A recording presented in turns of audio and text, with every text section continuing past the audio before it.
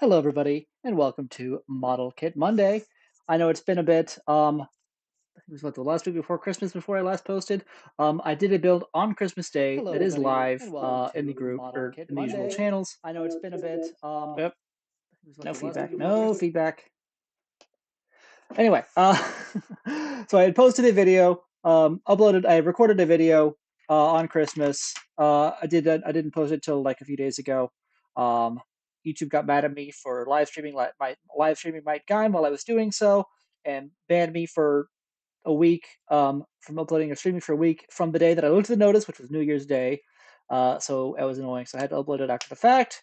And I've been trying to get around to this build, and I just have not. So here we are. Finally, I'm going to build the Super Mini Pla Sun Vulcan Robo. This is the from the 1981 series Tile Sentai Sun Vulcan. This is the first combining robot in Super Sentai, following 1980's Dai Dinjin, which was the first transforming robot, and 1979's Battle Fever Robo, which was the first robot in general. So it's steady evolution. If you're curious, I believe it was Five Man was the first series to have a combiner for a robot for every. Remember, no. Live Man was the first to have a robot for every member of the team, but then might have been Turbo Ranger actually.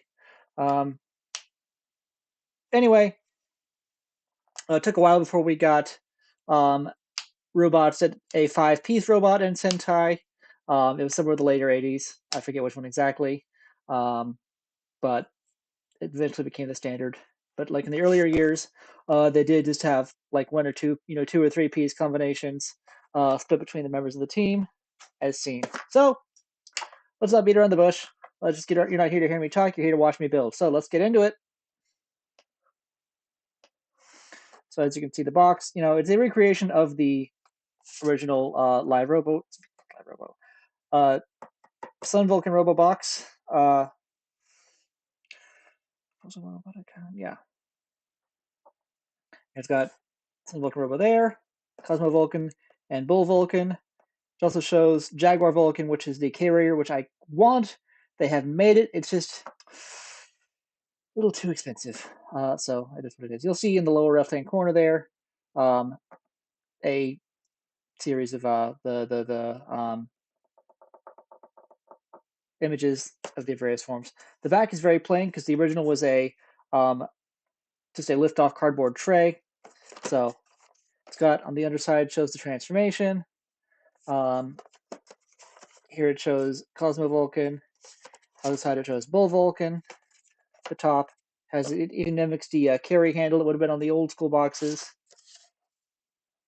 Dobe Iguru, something shark and panther.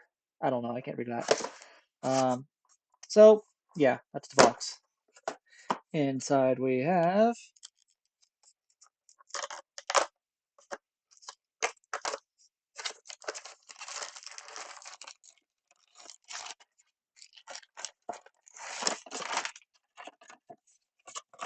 stuff.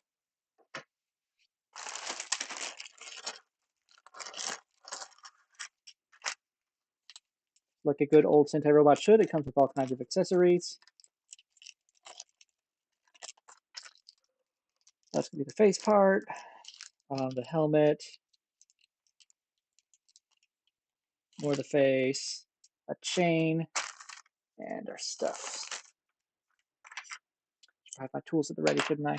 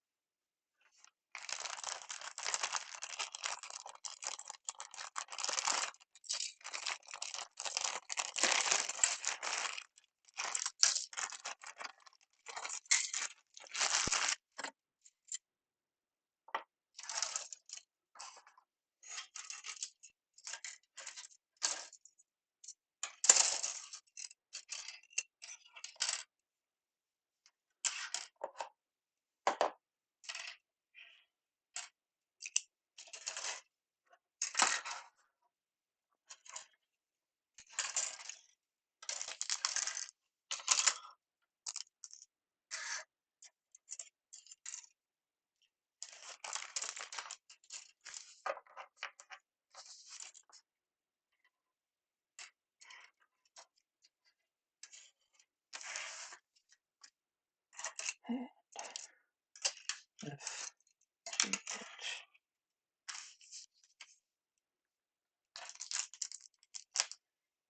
And there is the candy, because this is a candy toy. All right, let's get a picture of everything.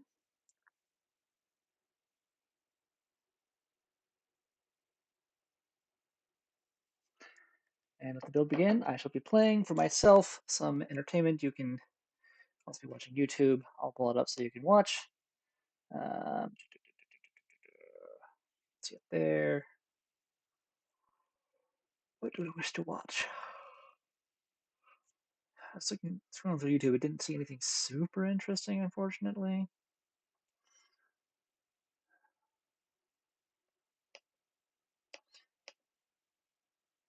Fine. Infomercials were a huge part of early 2000s television. Why is my audio not going to my headphones?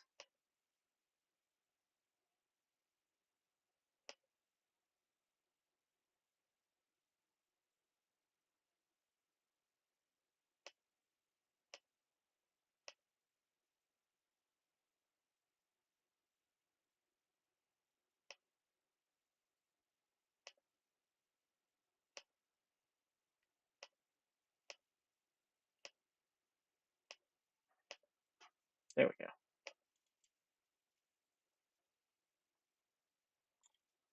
Infomercials were a huge part of early 2000s television. We've seen many products, from kitchenware to cleaning stuff to clay that can pull a semi-truck. And how could I forget about the golf club that you piss in? It looks like an ordinary golf club but contains a reservoir built into the grip to relieve yourself. The Euro Club comes with a towel and appears that you are just checking out your club. There may be an infomercial that still lives in your head rent-free, something you have no business storing in your brain. For you, it might be Zoo Books, the Snuggie, or the Shake Weight. For me, it was something seemingly not nearly as impressive or revolutionary. For me, it was the Betty Crocker Bacon Fill. The Betty... I suppose I forgot to switch over my view there. I apologize.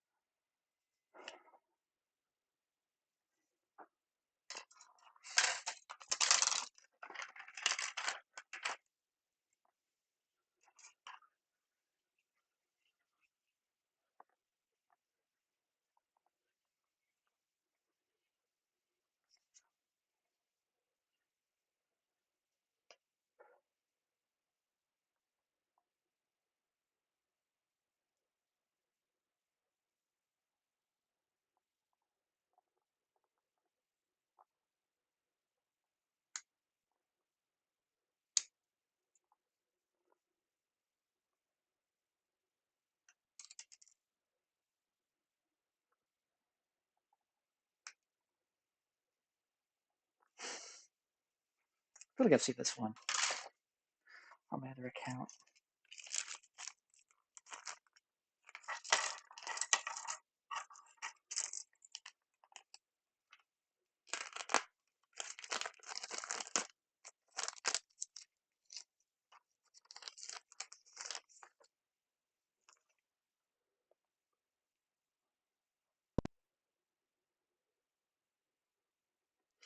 Oh, that's a lot of detail.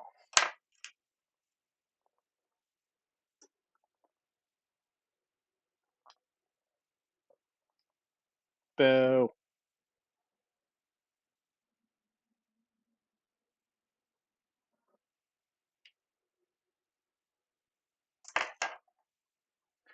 I just want to double check something.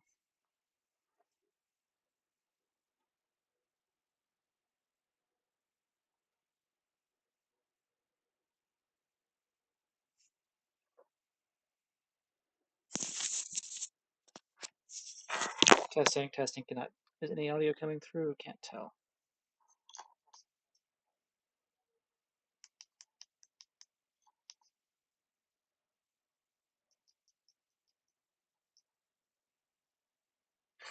Looks like my video's audio is not coming through. That's and defeats the purpose. My video's audio is not coming through. That's defeats the purpose.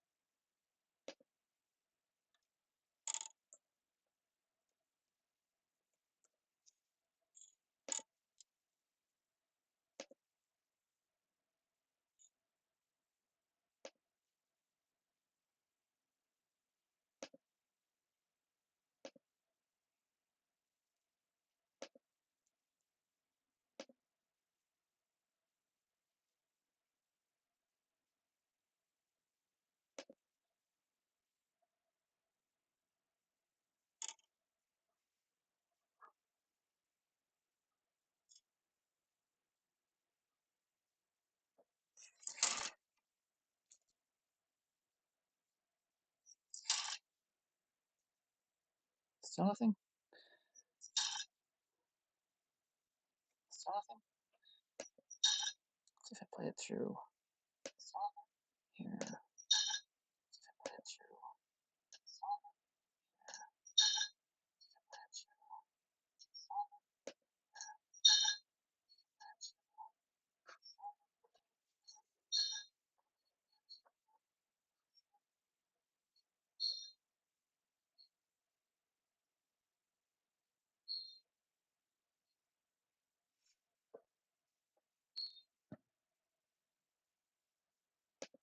Has popped up, of course. Well, I say recently, news of this movie were leaked by a 4chan user back in Oh, November. I know. I'm stupid.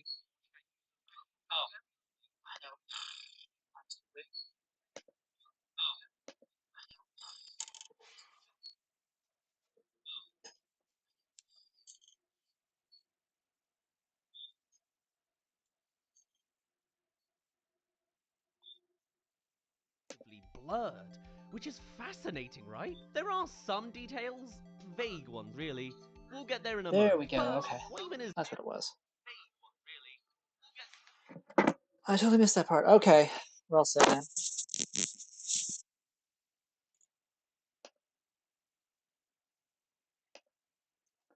So for the sake of anybody watching at home, I will... First step was to make the batter.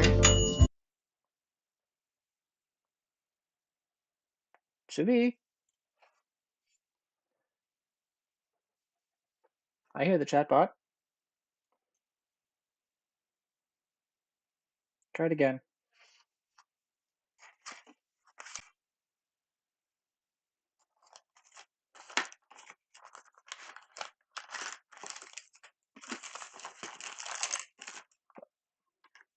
I mean, I hear it, so...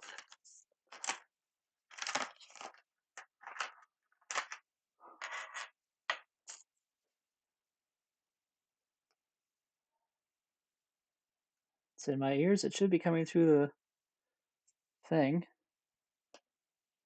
I don't have it muted. Very important. That's weird that it's not coming through. It's on the audio.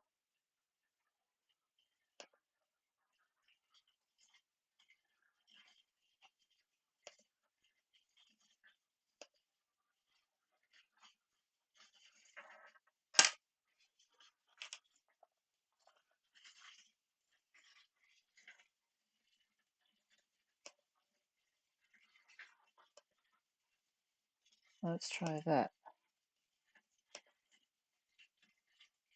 Try it now.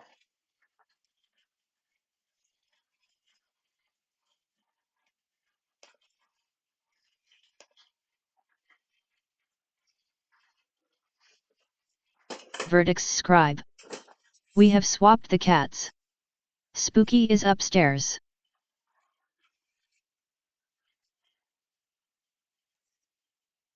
Interesting. Verdicts scribe. There she is.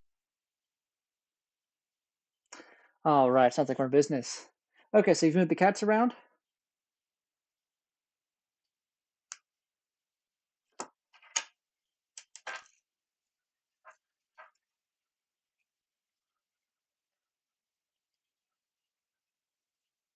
Verdicts scribe. Yup, Scary is downstairs. Scary. Have they met each other yet? Like just briefly interacted, or even that much?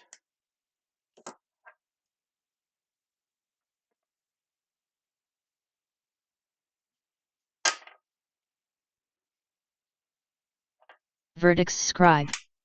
Briefly. That's fair.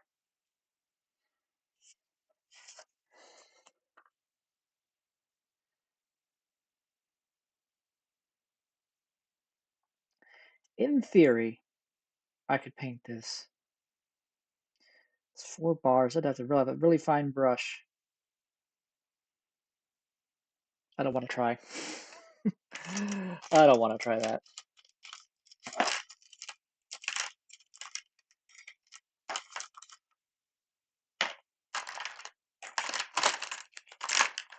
Oh, my good tweezers are up there. Hang on. Oh, my good tweezers upstairs. I'll be right back.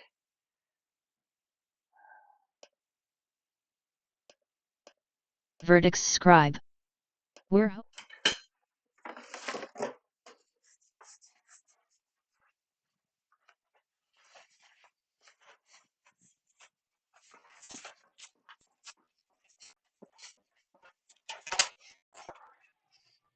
No, you're not going down there.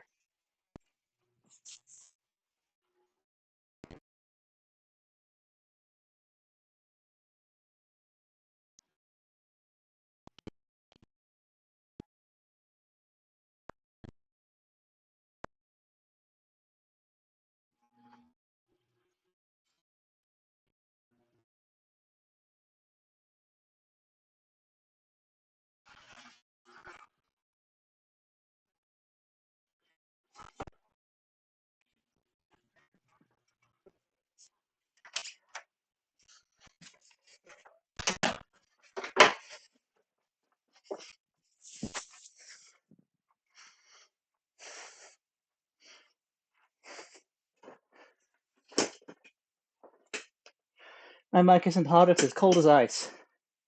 Ready to sacrifice our love.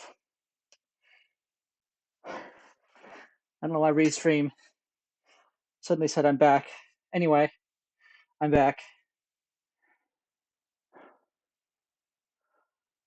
See something.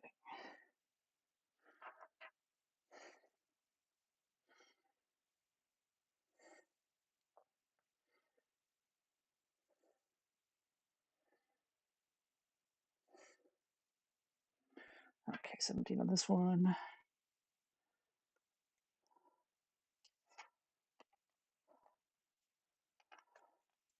Anyway, I was watching YouTube. Infomercials were a huge part of early 2000s television. We've seen many products, from kitchenware to cleaning stuff to clay that can pull a semi-truck. And how could I forget about the golf club that you piss in? It looks like an ordinary golf club but contains a reservoir built into the grip to relieve yourself. The Euro Club comes with a towel and appears that you are just checking out your club. There may be an infomercial that still lives in your head rent-free, something you have no business storing in your brain. For you, it might be zoo books, the Snuggie, or the shake weight. For me, it was something seemingly not nearly as impressive or revolutionary. For me, it was the Betty Crocker Bacon Fill. The Betty Crocker Bacon Fill, the 4-piece kitchen baking set that allows you to create cakes with a filling. You know what?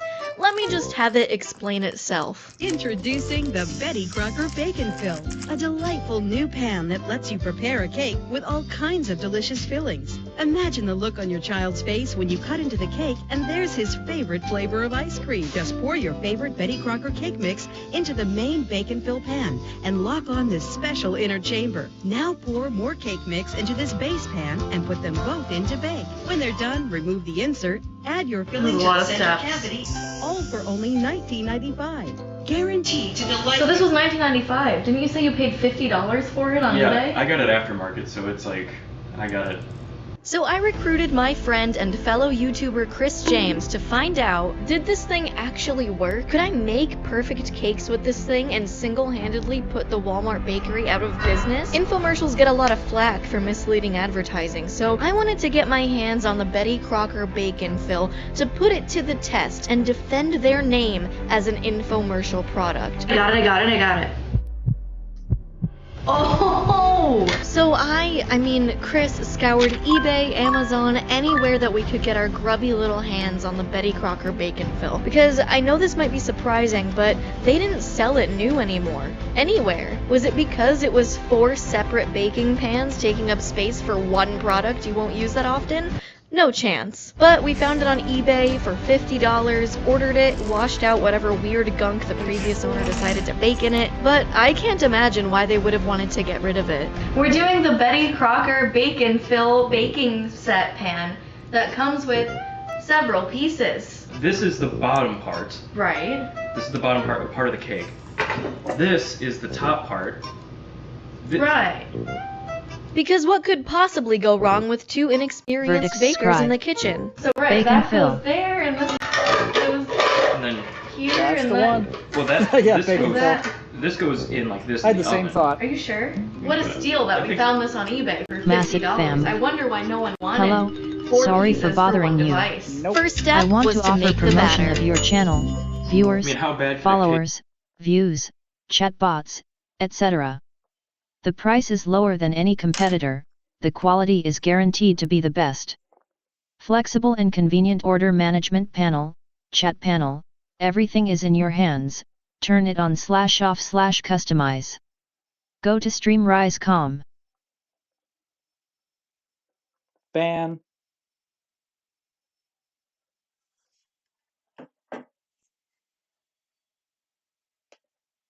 Cake made by 2 YouTubers bake. Verdict scribe. Oh no, you got ads. It's so easy. Dude, baking is so easy. 1. I'm glad you did that because I would not go that quick if I did it. You're not good at eggs? Sounds like he needs a... Easy Cracker. Watch, it's so easy. Do you want to hold the yucky I remember that eggs? thing. Thank you. Now we mix.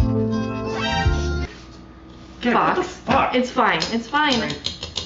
Basically, making the batter was a piece of cake. How long do we do this for? Enough. But we were just getting started. This isn't a test of skill. This is a test of Betty Crocker. And with so much blood, sweat, and tears of people whose jobs are sitting at a computer, pour that shit!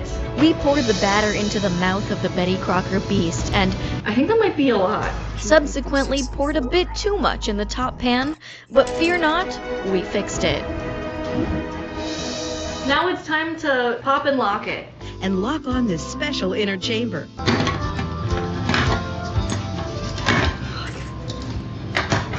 Steady. Okay, I was just doing it the wrong way. And put them both into bake. Oh no, we forgot to grease the pan. Okay, so how Verdict long? scribe. I don't know. Bundt You got pan's head. grease and flour pan, but we have a non-stick Bundt type So, pan. no head? Like technically it would be 30 minutes, but for a Bundt Oh, maybe pan do it we take says out? more. Do we take out the normal pan, like the one that's exposed? Do we take that one out first? I don't know, they didn't say that in the infomercial. So we ended up just guesstimating the time and hoped for the best. Now it is frosting time. Yeah. With the Betty Crocker bacon fill going to work in the oven, it was time to make the icing for our cake.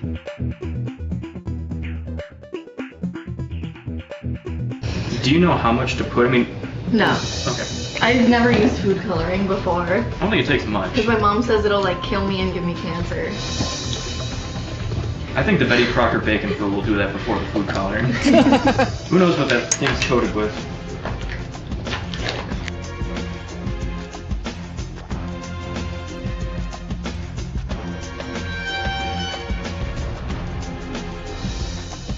Alright, I mean, I didn't get as much out as you, but No, you did a good job. you're saying it in that kind of tone that makes me think you're just saying that. Well, you are doubting your abilities, and I'm just trying to give you the encouragement that you need. Because that's what friends do. We are business partners right now. We haven't talked all day. We just showed up and read the script, and that's how we do it. I don't know who she thinks she is talking down to me in the kitchen like that. I'm Chris James, mind freak, for f***'s sake. In this food coloring shit? Really? Get a grip. Let's try that. Okay, that's good, that's good. I'm nervous. Food coloring? Yeah, it scares me. But I'm gonna do it anyway, because I care about my friends.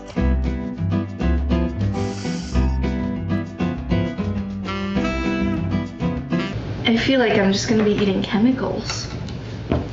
Those come from the earth. You gotta use your fist. Hold the thing with your, like, to get some... Like this? Yeah, a little lower down to get some more lever. No, not like this. Like right in the middle. I'm left-handed. I mean, but What do you just want from me? You don't have to do it upside down. Yeah, like, yeah. On This time. is not a good grip.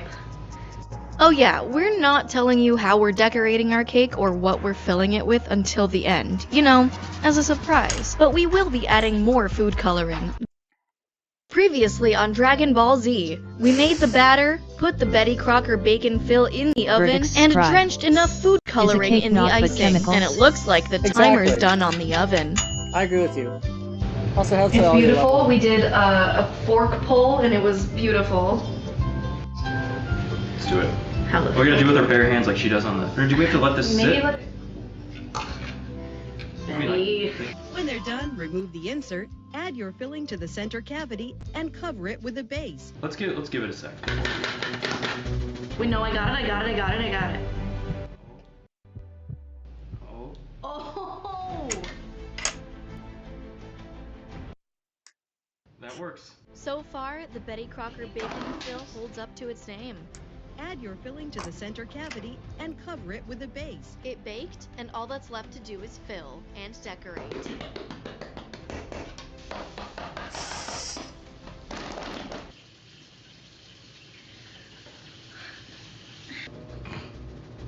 Be gentle. Rip.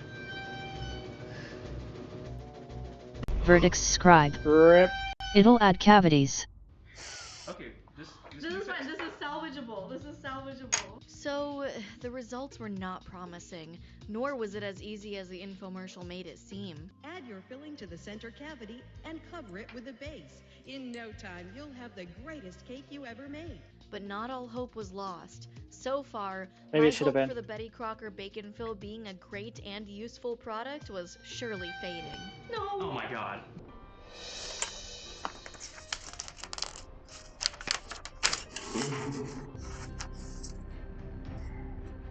D1, D4.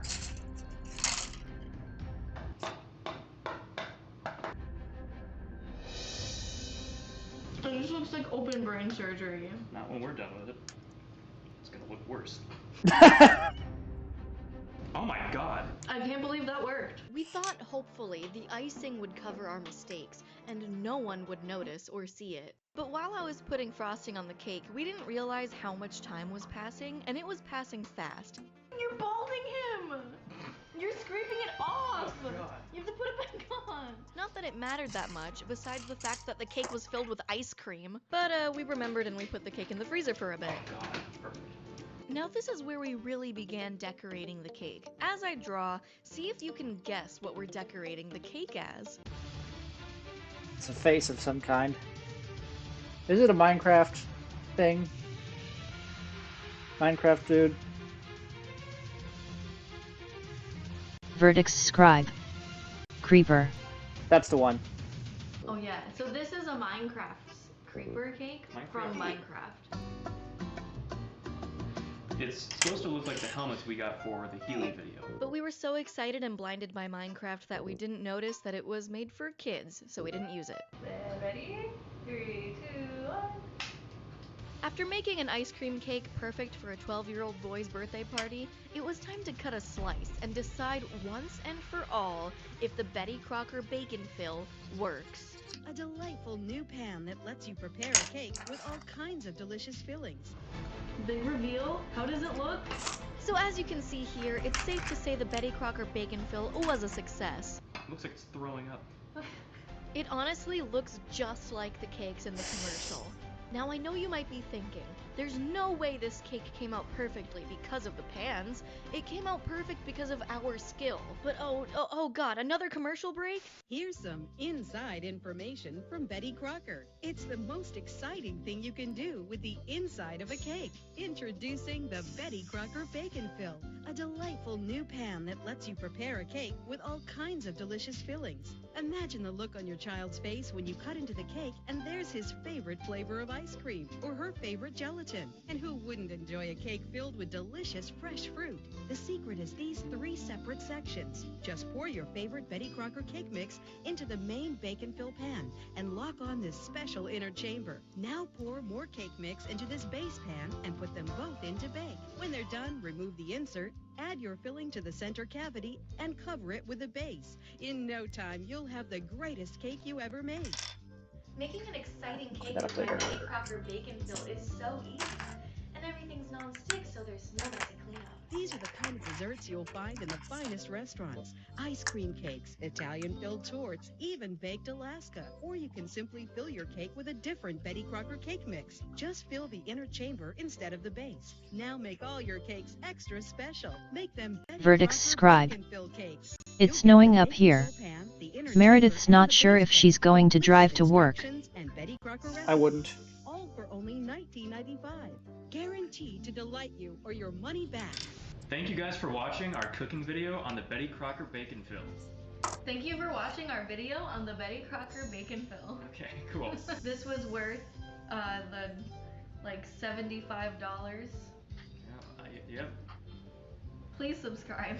please. And go watch Chris's video Oh yeah, with me also in it, where we are healing. it's so good. D5. Especially when we do that one thing. I love when we do that one thing. When that happened, I was like, I can't wait to talk about this later. Right. And that happened already. Here we are. Right. This is Remember? after. Yes, before right now. Right. Before right now. Thank you. Bye. I have cake stuff. Oh, you good? Yeah. Oh my god, this hurts my Okay, arm. yeah, Jesus Christ. Oh, I'm so bad. Oh, ow. Oh, so terrible. You're doing so well. Mm-hmm. That's what the outcome was. Seemed to be so-so.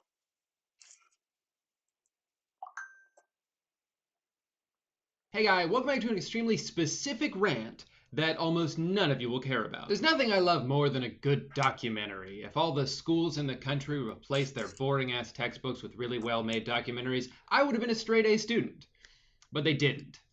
And I wasn't. So imagine my excitement when I saw Netflix release a new documentary about minimalism, which is something I find really interesting. It's this increasingly popular mindset that if you get rid of all the junk in your house that adds no value to your life, you will feel freer and happier. That's an overly simple definition, but there's a spectrum to it, right? Some people take it to the extreme and they get rid of everything. They live in a tiny house. And some people just want to try to avoid buying things they don't need in the first place. Anyway, I was excited to watch this documentary, and so I did. and I was uncomfortable the entire time, and I couldn't figure out why. And even when I was done, it kept nagging at me. So I went online, read some reviews, saw that other people were uncomfortable too, and I was like, that's good, I'm not alone.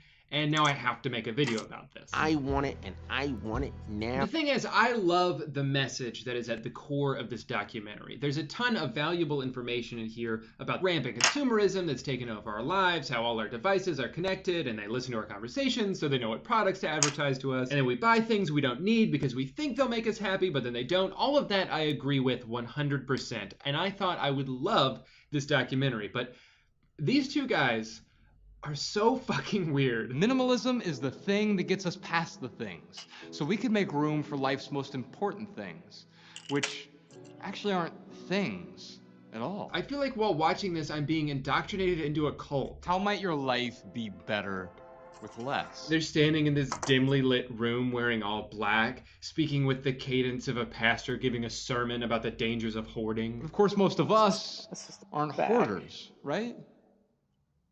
No. And that's when Moses Cadmium turned to lion. God and said, God, Sun Vulcan. many fidget spinners. I might have been living the American dream. Yes, indeed.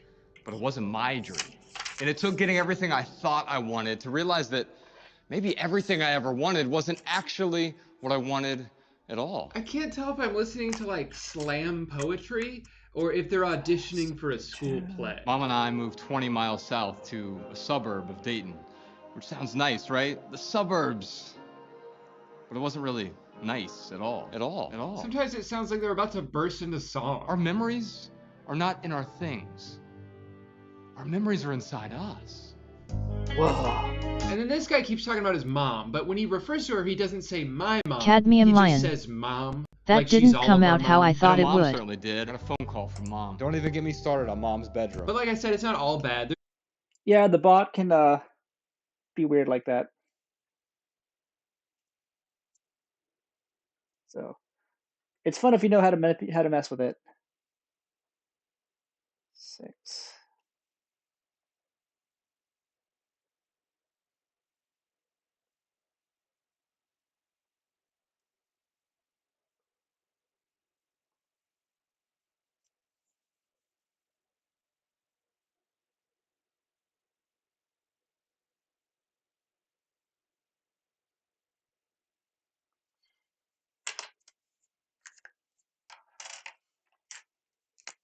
I am trying my best to paint this instead of use these supplied stickers. This may end up being a mistake. We shall see.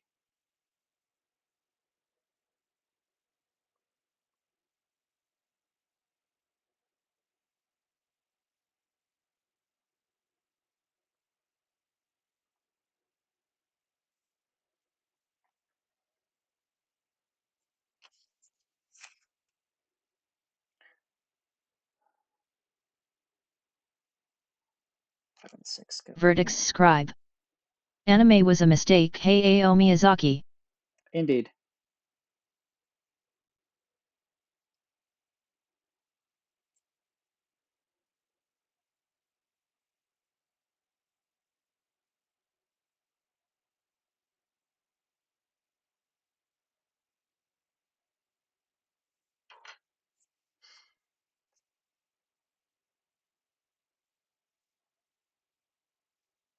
Then 13 and 14 on the sides.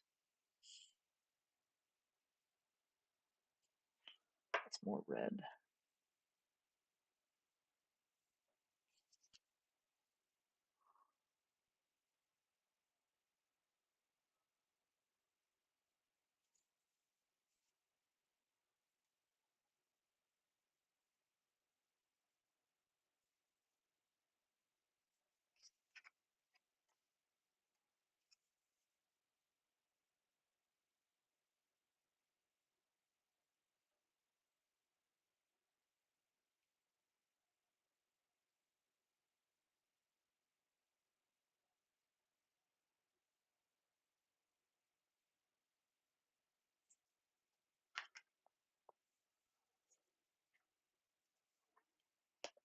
There's some really cool infographics in here with some pretty insightful information, and then some that is not so much. Each year, we spend more on shoes, jewelry, and watches than than on higher education. Like, that's a pretty interesting statistic if you don't think about it very hard. Like, wow, we're so vain. We value clothes more than education. We really do live in a society. But, like, you don't go to college forever. I'm proud to say I didn't spend any money on college this year because I stopped going. Now that I think about it, I did buy shoes. Damn it! Where are my priorities? They send us advertisements that make us subconsciously feel like we are inadequate if we don't have this product. So I will not be loved if I don't have this toothpaste. My children will not value me if I don't have this dish soap. My wife is gonna leave me if I don't start jazzercising. My husband is gonna leave me if he finds out about my wife. My wife and my husband found out about each other and now they're having sex. These are the kind of ads you see online. I want it now. And then after about Cadmium 10 or 15 lion. minutes of pretty interesting... Bull shark is technically in the works. Nice. Look forward to seeing that. So I was going to planning to do a Ranger cosplay this year, but the money is not there after all, so unfortunately, it's going to have to wait.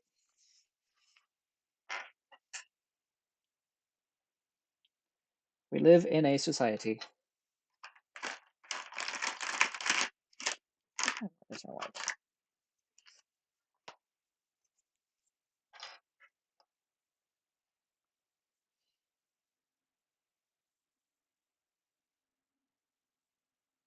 Verdicts scribe. One of these days I'll finish new Gundam. I believe in you, dude.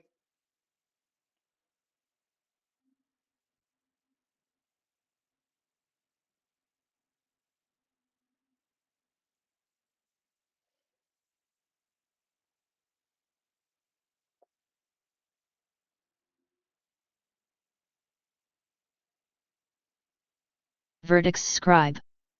But there's also Liger Zero. Liger Zero. I do like a good Liger. And a good logger. Hey!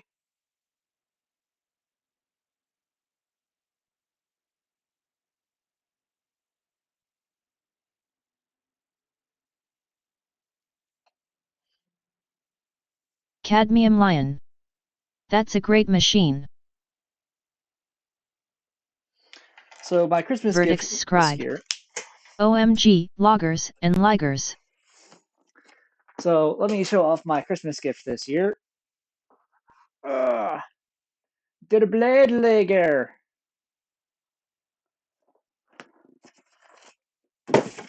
I got it to compliment the Geno Breaker. Verdicts These scribe. boxes are so fucking big. Yo. Yo, is that yo? Yo, yes indeed. Yeah. So that'll be coming up. It's behind the pile. Cadmium behind. lion. Oh snap. Yeah, I built Geno Breaker last year. You can find the videos on my YouTube. And so I've got the blade lugger to go with it. Because you can't have one without the other. I mean, you can, but you shouldn't. It's illegal. And I will tell on you. But that'll be coming up. But it's behind the. It's in the queue behind. Gundam Calibarn. Let's see. Comrade Akuga Titan form. SSSS Dynazenon. The Gold Dragon thing, whatever it was called. Gundam Calibarn. I think, yeah, Gundam Calibarn, and actually that might be it. Anyway, it's in the pile behind those things. So it'll get done eventually, maybe, hopefully by April or so.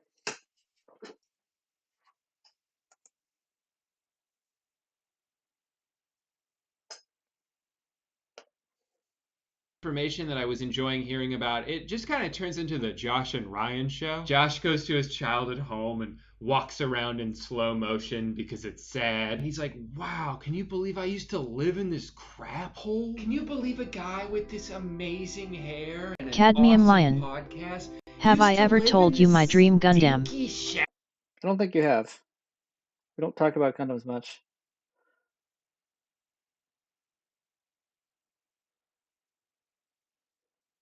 Cadmium Lion. Cosplay.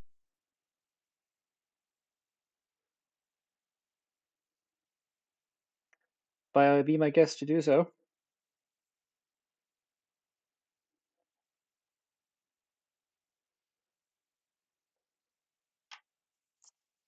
Cadmium Lion. It's God Gundam. Nice. You better fucking do that.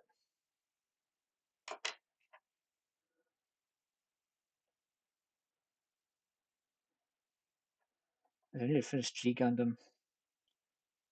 Started rewatching it last year because I never, I only saw bits of it when I was a kid. When it came on Verdict Toonami. Scribe. I thought you were going to say Gundam Naddle. Nadla? I'm not familiar with that one, but I'm not familiar with Gundams in general.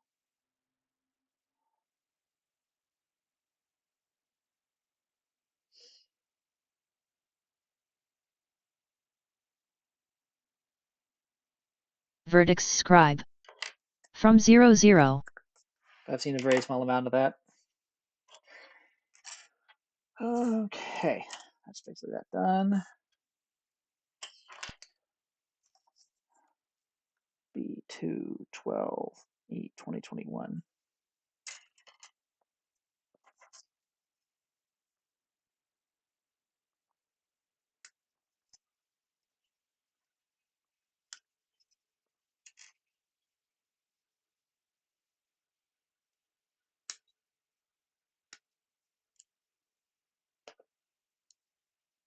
By having fewer sentimental items, we're able to enjoy those sentimental items much more.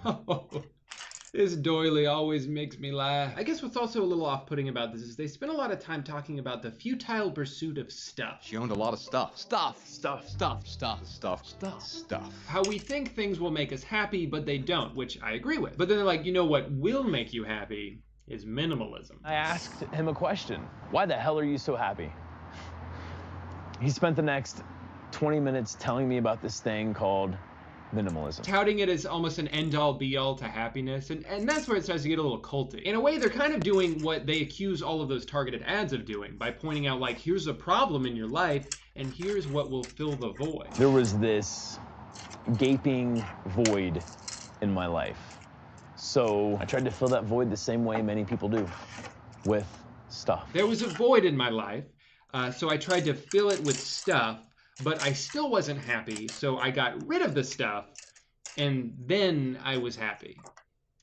But why? You're right back where you started. 0 plus 1. It's a Gundam with lots of loose cables around its head to make it look like dreadlocks. Student, but I can still do Cadmium Lion.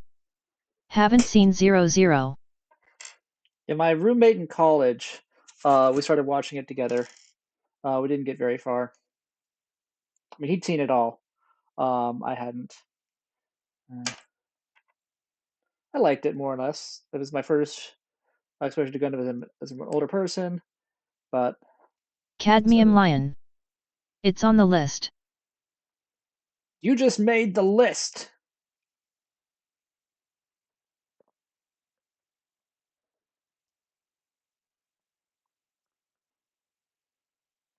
Yeah, it's on my list too, eventually. Like I said, currently Witch from Mercury is the only one I finished. I started watching G last year along with the original via the movies. Verdict Scribe. 00 is better for the political intrigue than the fights IMO. That's fair. Like I said, I started watching the original last year via the movies. I watched the first 2 movies, but I was not paying enough attention to the second one. So I started to rewatch it some months ago. Have not finished it. And then I watched about half of G Gundam. Loved the shit of it. I mean, I watched it. I saw it as a kid, some of it, not all of it. So I started watching it from the beginning. I'm somewhere near towards the beginning of the tournament arc. I need to pick that back up again. Like, he's got the God Gundam. He's fought like 1 or 2 fights with it, and that's where I'm at.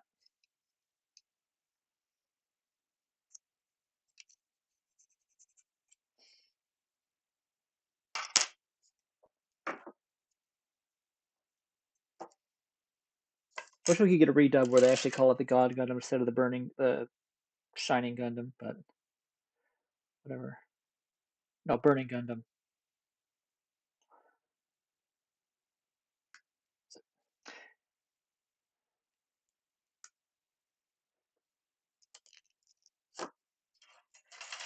Like, keep all the same cast, make only that change, at whatever other changes they make.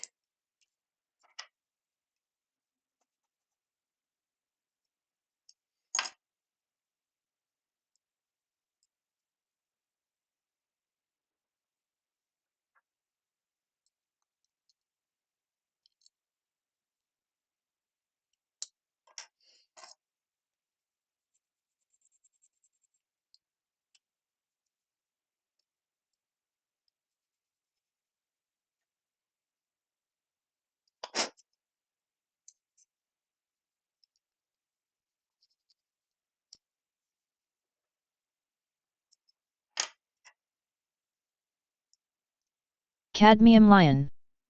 I've seen most of G. It needs a rewatch and some of I.B.O. and started Witch.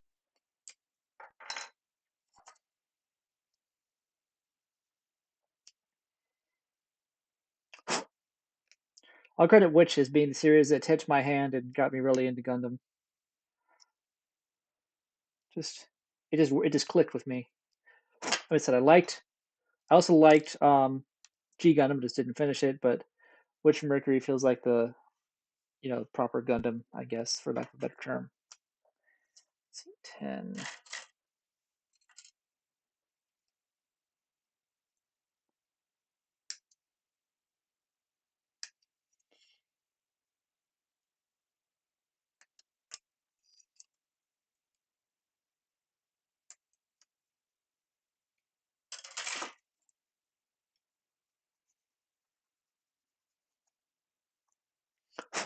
Could have done with a few more episodes to flesh out some of the suits they introduced towards the end, because I think the Gundvolva,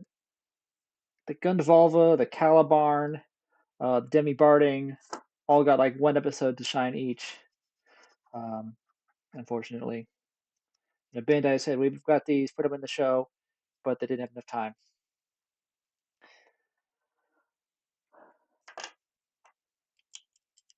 This is a shame.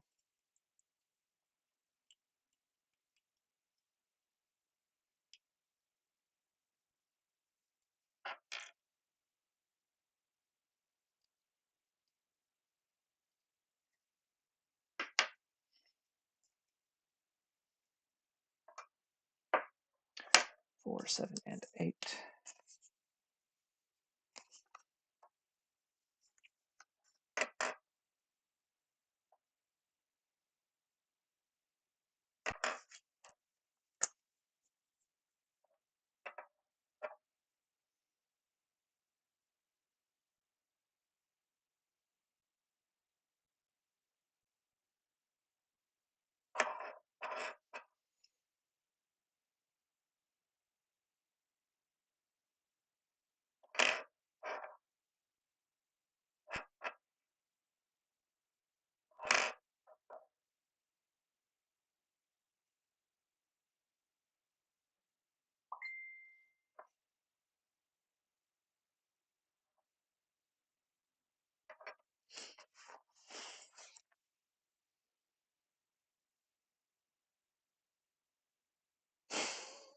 Yeah, I've seen that picture, Devin.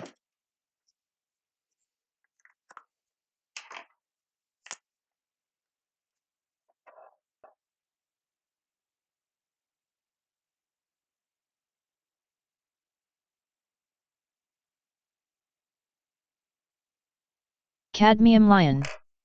My wife just sent me that Gundam meme. Yeah, Verdicts I've seen it. scribe. Would you guess that one of the lessons learned from 00 is child soldiers bad? I'm not surprised. That's a pretty good lesson. I'm in favor of that lesson. Cadmium Lion. She didn't know we were talking about that.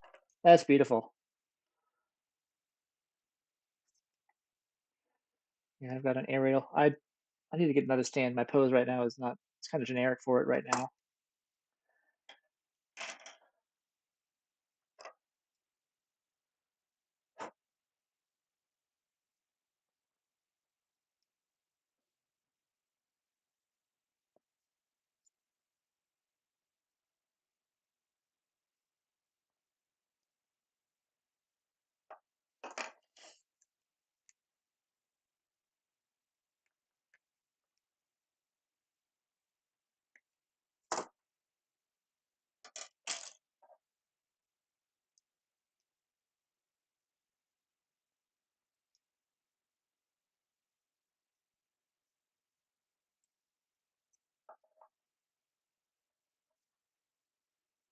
I'll go ahead and share with the class.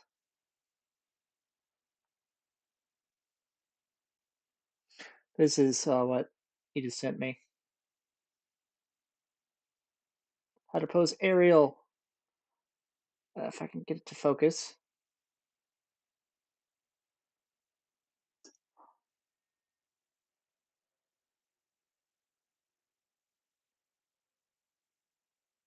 Static? No. Schoolgirl pose? Yes, basically, is how it boils down to.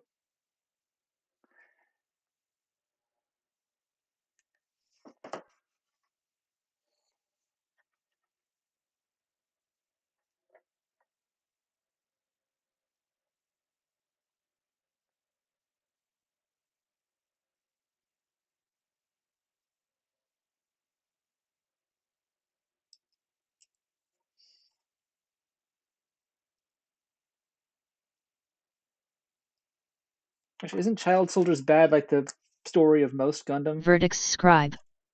I should get my Figma of Android 21 to pose like that.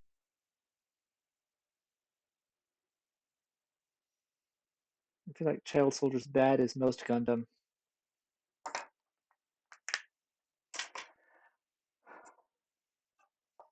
E14, 15, 16, 17. That's a lot of weird bits here. Verdicts Scribe. Okay, Technic it's Meredith's Android 21 Figma. I won't tell.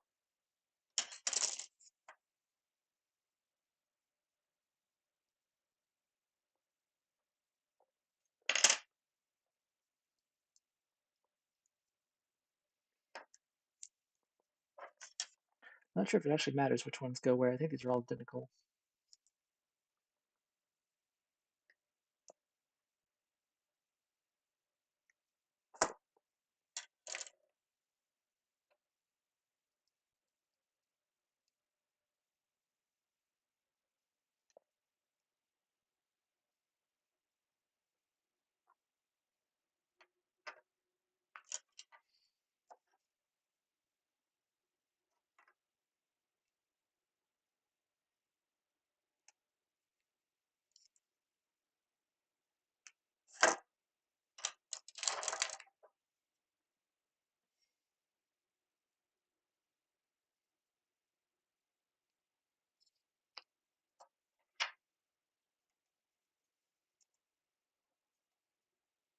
They also spend way too much of the documentary just talking about themselves, which is what a lot of the reviews complain about too. Now, we have the privilege of sharing our message with millions of people every year. We started a blog and we got millions of fans and they love us. And they Verdicts give us Scribe. money, and we don't Child buy Soldiers anything bad. with the money, War bad. obviously. Space Like, that's NASA's cool. bad. I'm happy that they were able to Agreed. find success. But most people who clicked on this documentary don't really care about that. And it kind of detracts from your message when you make everything about you. It would be like if you went to church and the whole sermon was just about how the pastor became successful. Amen.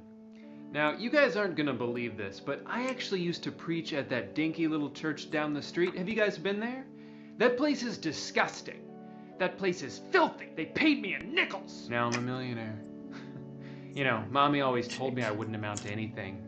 Guess what? You were wrong. Now I'm so rich I could buy a new mommy if I wanted to. So then I was intrigued after watching this. I wanted to learn more about these guys. Come to find out, they have another documentary from about 6 years ago. And that one is exactly the same. They tell the same stories. Why the hell are you so happy? Why the hell are you so happy? Why the hell are you so happy? There was this. I had this gaping void in my life. Please tell me you appreciate the irony here, that these guys travel around the world preaching about the importance of consolidation and simplifying your life, and yet they created 2 full-length documentaries that are identical. They've also written 4 books all about the same thing. They also had 2 TED Talks, and I realized this must be why they talk the way they do. There was just too much stuff to go at it alone. They're speaking as if Verdict they're scribe.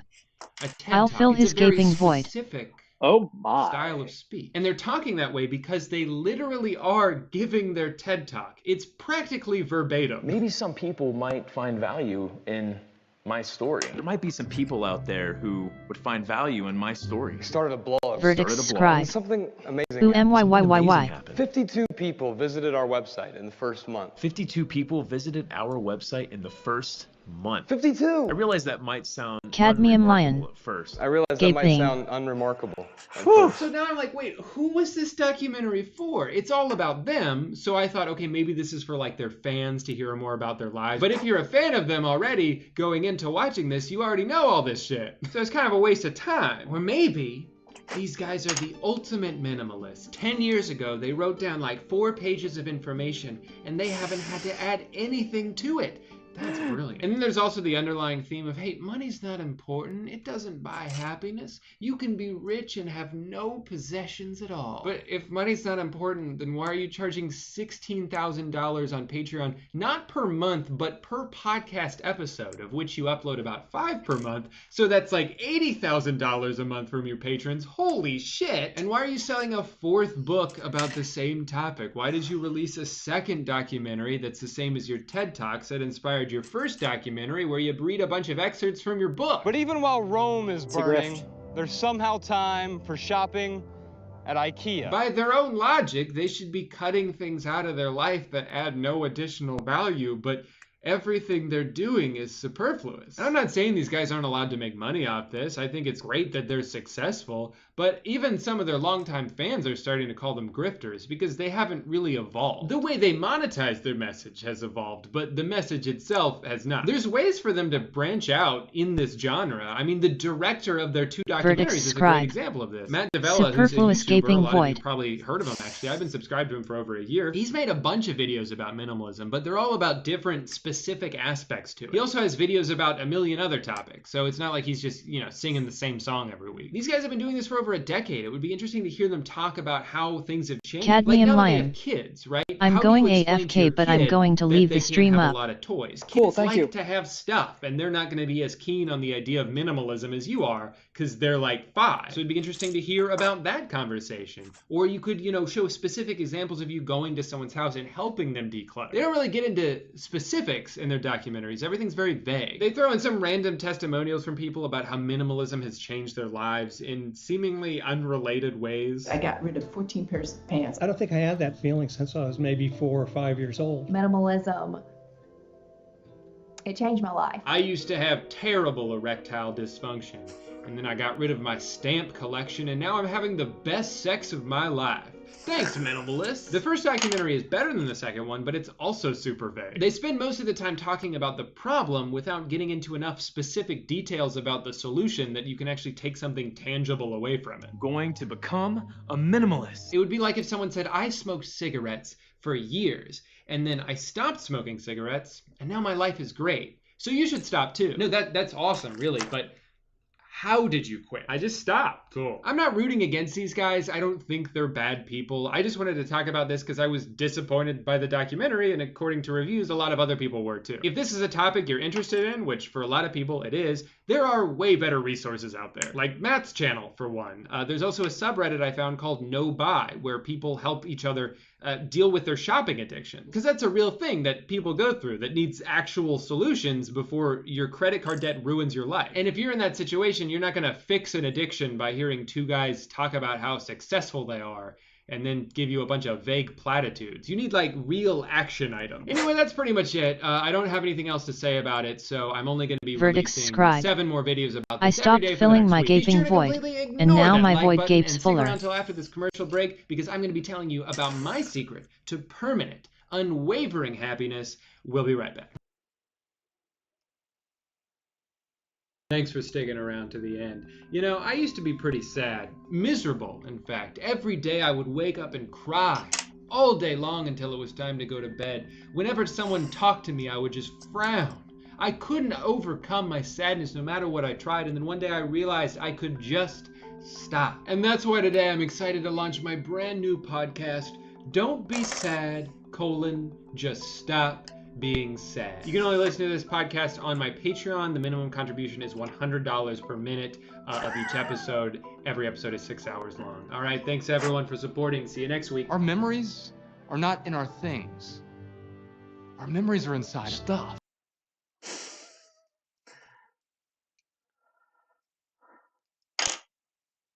Irayamu Guillermo. About the 5x5 hint SMP dropped. I think it's the car anger / turbo megazord. Is that the 25th anniversary? Yeah, I think it was. That would track. Be a weird choice, because like the next most voted one was Time Ranger, but you might be onto something.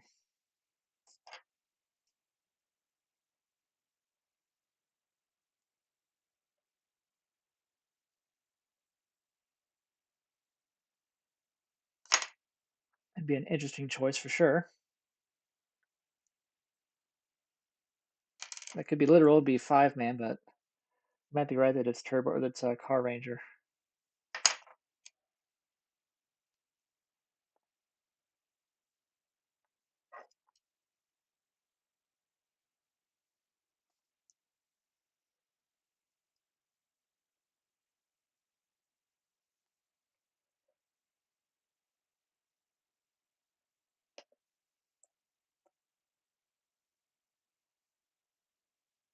Irayamu Guillermo. It's either the Turbo Zords, the Mega Voyager and thus Mega Winger, or the Victory Mars. It could be that one too, the Victory Mars. I'd like that.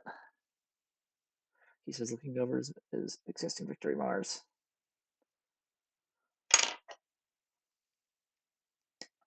It's like I just... Ugh.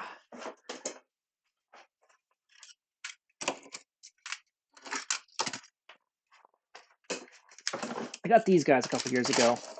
The Rescue, the American version, the Omega Megazord. It's nice. I could really just go for an SMP version.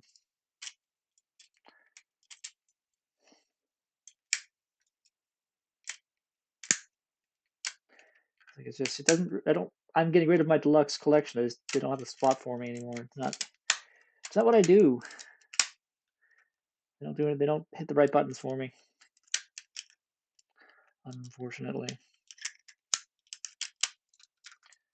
If I can get these transformers Verdicts back. Scribe. I'm still not sure where they're going to go with King Oger, since the halfway mark combined 20 effing robots in a castle into what was essentially a final boss slayer. They're going to go 2 years into the future.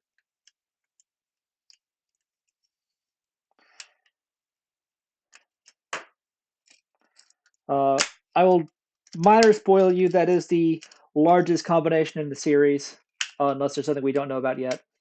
But yeah, God King Oger is the largest combination in the series. Irayamu Guillermo. SMP is insane if they make a Serpentera Zord. Must be at least 5 feet tall if size accurate. Yeah, that's why they're not going to. I think they are skipping that. Ah, shit. Clip broke.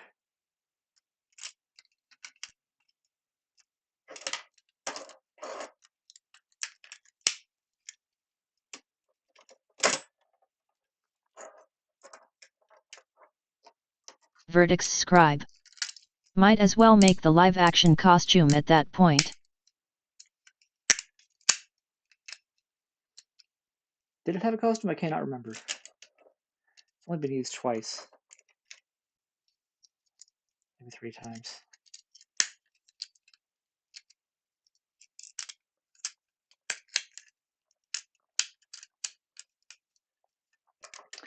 Now the next combination that they'll use for a few episodes does not have a is only CG.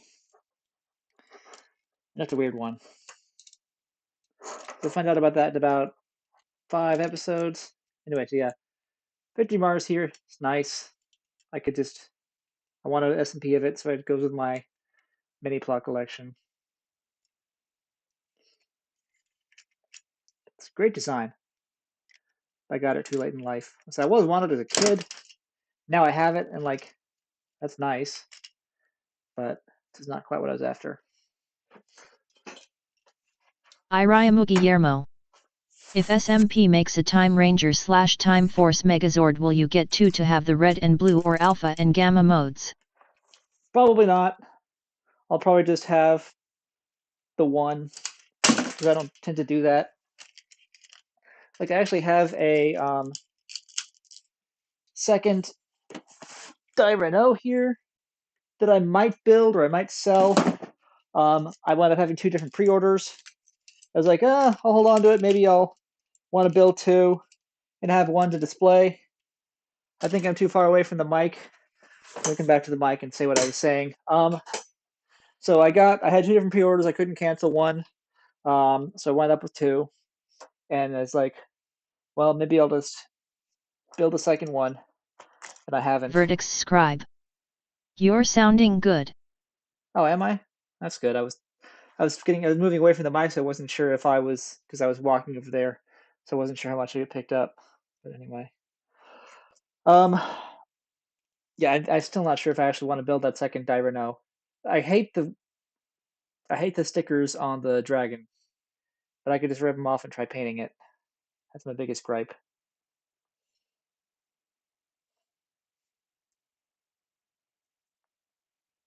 That's a really serious design flaw, honestly. I feel like if they should have factory painted it, they should have had the thing attached differently so it didn't rip the stickers. Seems like an avoidable problem.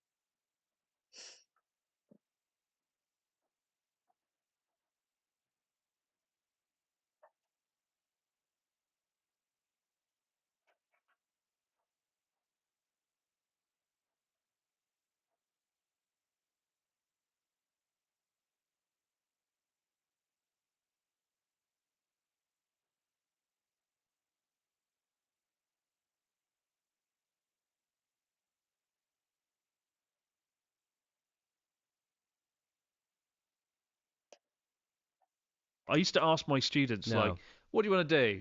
And they'd be like, office worker. Every time, office worker. Verdicts scribe. I was like, oh, okay, cool. I'ma head off to bed. Wow. Hopefully the little cat Hello, doesn't welcome to the destroy Abroad my Japan downstairs. podcast. Probably the best way of knowing Okay, about life have in a good Japan night. Thank you for showing actually up. being in Japan. I'm your host, Chris Broad, and we're joined as always by England's top Japan enthusiast, Mr. Pete Donaldson himself. Pete, how the devil are you doing? Howdy, who are you pointing at? I'm pointing to you, weird Pete. Pointing for crying out loud.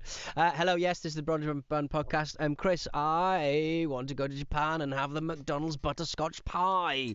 Whoa, It's a that sounds butterscotch pie instead of the apple pie and the mince pie and custard pie you occasionally get at Christmas in the UK. There's a delicious butterscotch pie. Shit, that sounds pretty. Only last week's episode did I say that I'm cutting down sugar for 2024. Yeah. That might be going out the window pretty fast. You simply I don't know what time it is there in Japan, and to be quite frank, I don't bloody care. You need as soon as you click stop, As soon as you close down the That's browser 1, window 2, and flap 4. down your laptop, you need to be putting your little trainers on and getting your feet on the streets to your nearest McDonald's to pick up a delicious butterscotch pie. And butterscotch, I don't think is a thing that's really familiar to Japanese populace. And so I think McDonald's have spent quite a lot of time on television trying to explain butterscotch to the Japanese. I guess, like, wordage-wise, I know what butterscotch tastes like. It's like a Werther's Original if you're from Britain. But I don't really know what it is. Like a caramelly, fudgy, toffee kind of flavour, I suppose. It's just a caramel and butter, dream. I suppose, isn't it? Oh, it's so good though, Yeah. isn't it?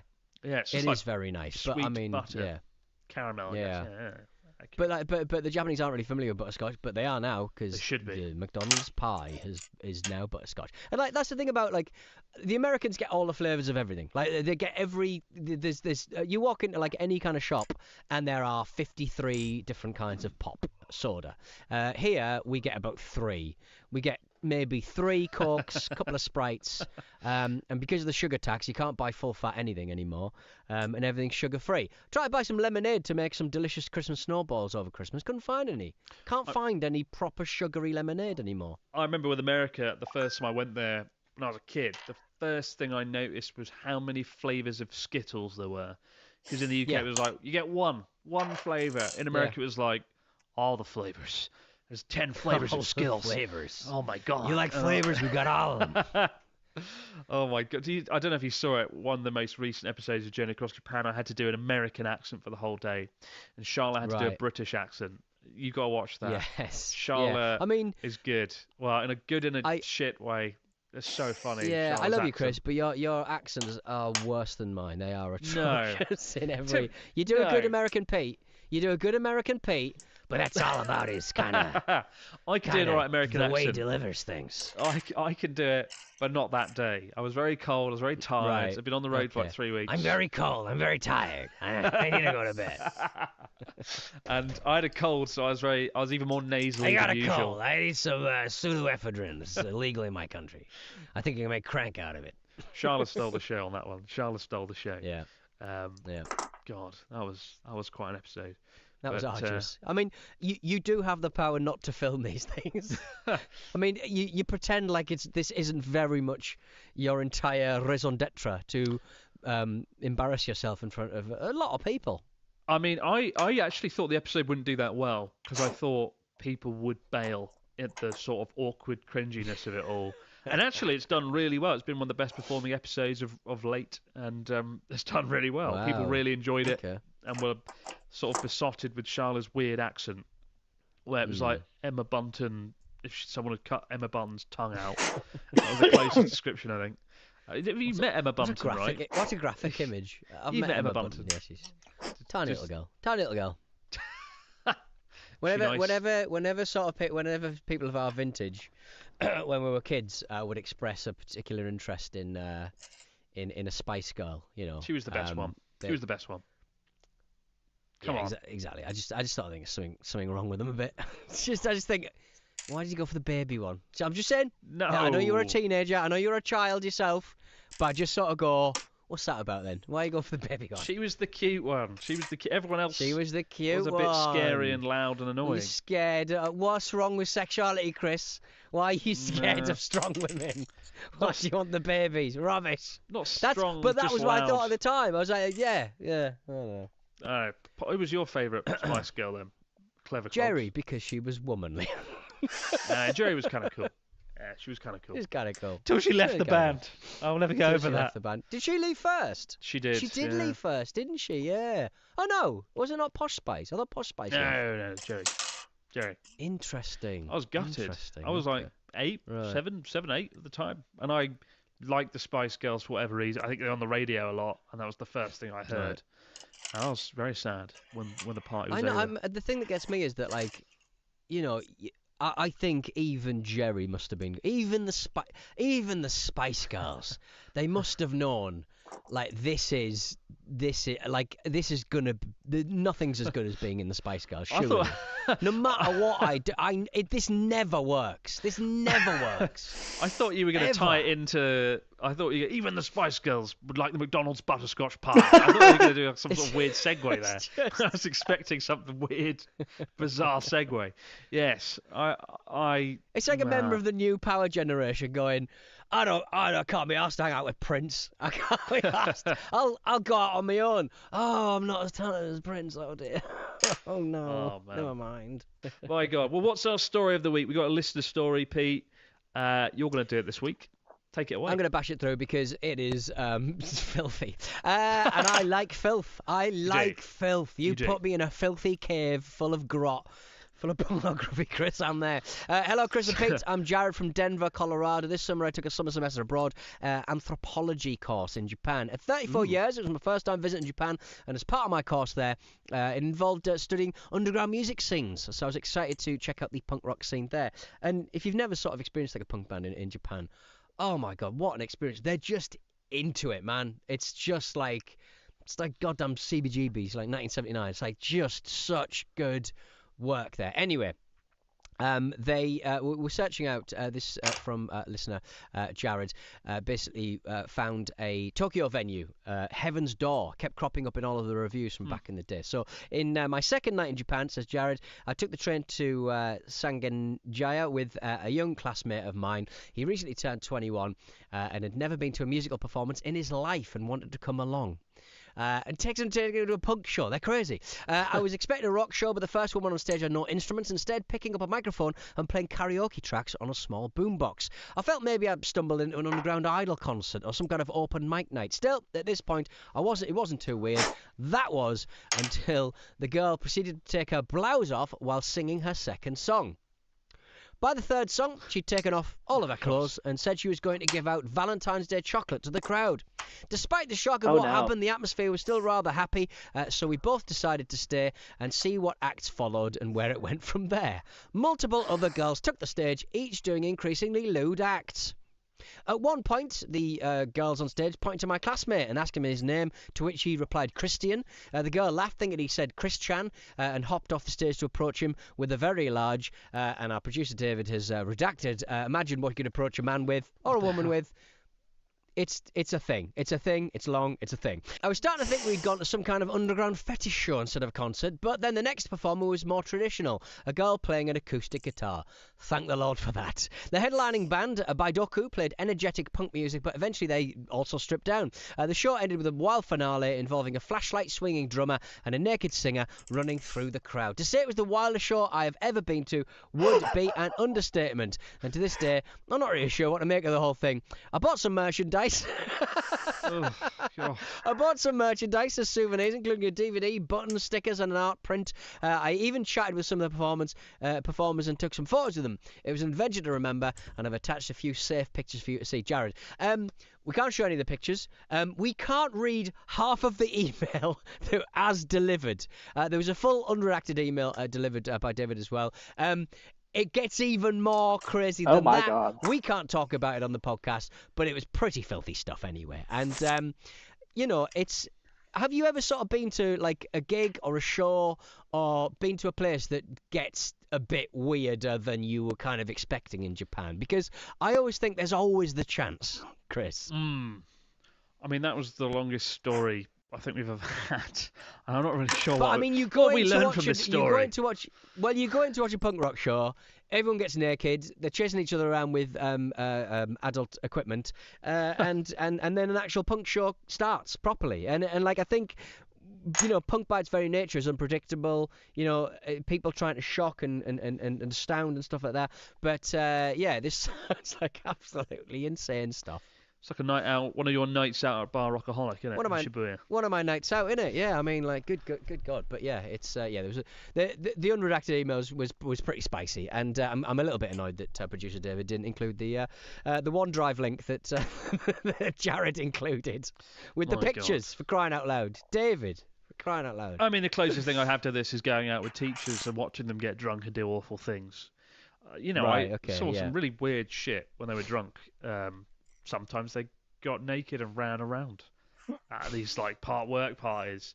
You saw like the most stern teacher just jumping up and down on a sofa at a karaoke place like a maniac, or just doing weird stuff. Like, but I don't know if this is just maybe that's more a statement on the alcoholic power of on Japanese folks, or certainly the teachers I work with. But yeah.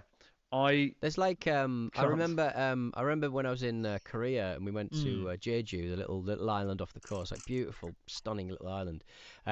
We went to what we thought was it was a nightclub. It was a big nightclub, but it was like the biggest place I've ever been to. It's a massive hall, and we were we thought it was just a normal nightclub, but it was a Tuesday night, so obviously nothing's really happening. But like this massive stage, this DJ sort of came down like it was like Las Vegas or something on a big like tray and started DJing and stuff. And then people go and they have this tradition, I think, where if people are interested in you to have a chat to, as nightclubs are, the woman kind of gets dragged off by like staff, I think, to join certain groups, I think, and it's all part of it. And we were just watching it, we're going, this looks weird and bad and strange, and I think like stuff like that, like things just don't translate, I think, in many ways. So that kind of culture, but yeah, you're right. I think Japanese culture is very slapsticky, and they love getting Billy Bollocksed. Well, certainly the colleagues I work with did. I don't know why. Yeah, maybe just some lads. I don't know. But anyway, did you know, according to a Japanese survey done amongst high school students, it always seems to go back to school somehow, doesn't it? It's always school. Yeah. Apparently, Japanese high school students believe being rich is impossible in Japan, which is very much in stark contrast to America. People believe they can do anything. England, UK, guess we're in the middle of the road. Yeah, I feel like in America, you feel like you can do anything. And I kind of like the American way of thinking. In the UK, if you have a dream, you get swatted down. And in Japan, they just don't really have dreams at all. I used to ask my students, like, what do you want to do? And they'd be like, office worker. Every time, office worker. I was like, oh, okay, cool. And you ask that to, like, American students. Oh, no, the president. I want to be an astronaut, a lawyer. I want to be It's an interesting aspect of the culture, but they believe, apparently, to become rich is probably impossible.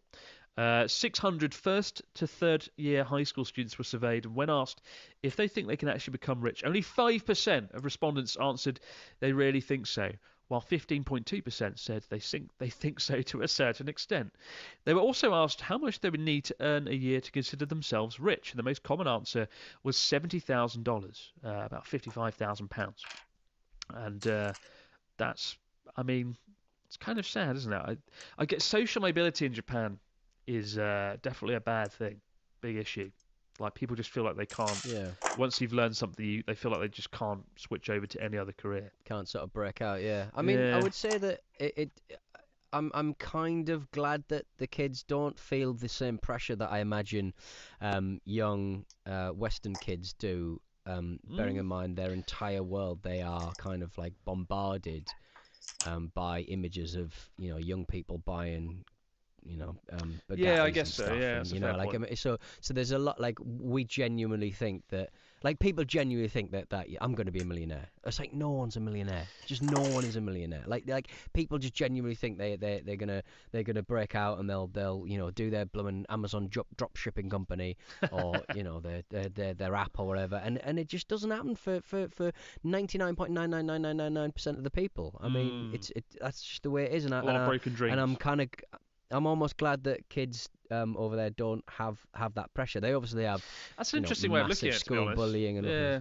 I mean, that's an interesting way of looking at it. Because I mean, like me growing up, I always sort of look at the kid like my partner's nephew, I think, niece and nephew.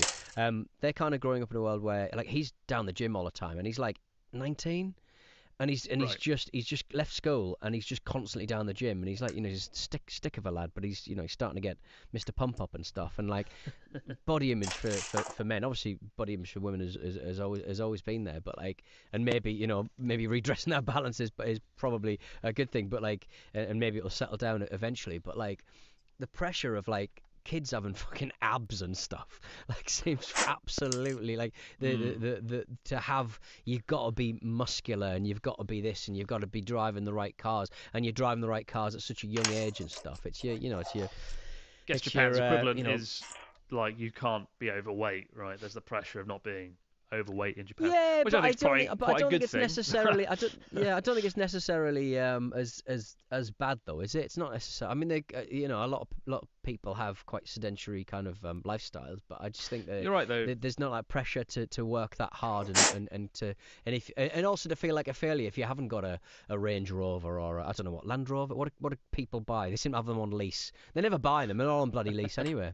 They have that pressure to have the nice car and the lifestyle and the holidays to Dubai and all of that crap, man. It's just rubbish. Well, I suppose expectation, right? I think maybe a lot of anxiety and a lot of the bad stuff is rooted in sort of in the West expectations we have for ourselves because of such characters, rich folks flaunting their wealth, driving fast cars, being douchebags. Yeah. I think, we expect that for ourselves. When we don't get there, it all leads downhill. Like, I think a lot of the negative emotions people feel is often because their reality is very different to what they expected from it. So, maybe I might become like an Andrew Tate figure. I think you should. Teaching the kids how to teaching the kids to God. you don't need a Toyota, you don't need a Bugatti a Veyron. What you need is to spend £2,000 on importing a Toyota Century that turns up at Southampton docks. It doesn't work. That's what you need to do. I'm ready. And then I can eventually sell it to one of them fucking idiots. I'm ready for Pete Tate, the most ridiculous role model of the fucking century. My lord. But I do wonder. That's an interesting point, though. Students most of my students, maybe it's because it was in the countryside where dreams go to die. But most students I spoke to didn't. It was very rare to have a student who really aspired for something like what we would consider to be great, bigger than But then I suppose usual, when I was a high school student, I guess most people didn't know what they want to do either. If somebody asked me, I think I just said, film director or pilot or some shit, Few students I knew knew what they wanted to do. I don't know. I don't think I really had any idea what career I wanted. Yeah, you did. I like doing certain things. Monkey man. You want to be a monkey zoo monkey keeper. Man. I did not want to be a monkey zookeeper. I knew that for a fact. They'd get taken advantage of. Most every zookeeper you see is being taken advantage of because they love animals. Is that why you and gave they get up? Paid flip all. Is that why you gave up on your dream of being a monkey zookeeper? Yeah, exactly. Oh. But I mean, I feel sorry for the younger Japanese generations. Like, it's always doom and gloom with the economy and the demographics, and it must be tough being a youngster in Japan these days. The future, they don't do it like Japan. Stable country, great country, love it. But I think the next 20 years are going to be quite tough because of the demographics, because of the fact that such a huge proportion of the population is over 65. I just don't know how they can fix it. And even if they have immigration galore to try and fill in the numbers, it's still not going to be enough. So it's tough, I think. And I think the impossible dream of being rich, I get that. I never thought I would be financially successful when I was at school. I kind of hoped I would be, but I never knew how I'd get there. And obviously I'm blessed doing this that I do right now. But I'd say my only advice is to the people I know who have actually been financially successful are very often, well, they're not the ones that are pursuing money or wealth. They're pursuing something else. And that then leads to it, maybe. I suppose that's the same for both of us in some respects. Like, we've done all right. You gave up your monkey zookeeper dreams. Monkey dream. Gave up your monkey dream, and you became a podcaster. First of all, a radio DJ. That's pretty cool. Never thought that would happen for you, I suppose, for the longest time. I became a performing monkey in many ways. You did. Someone would suggest. Yeah. And same for me, really. But love what you do.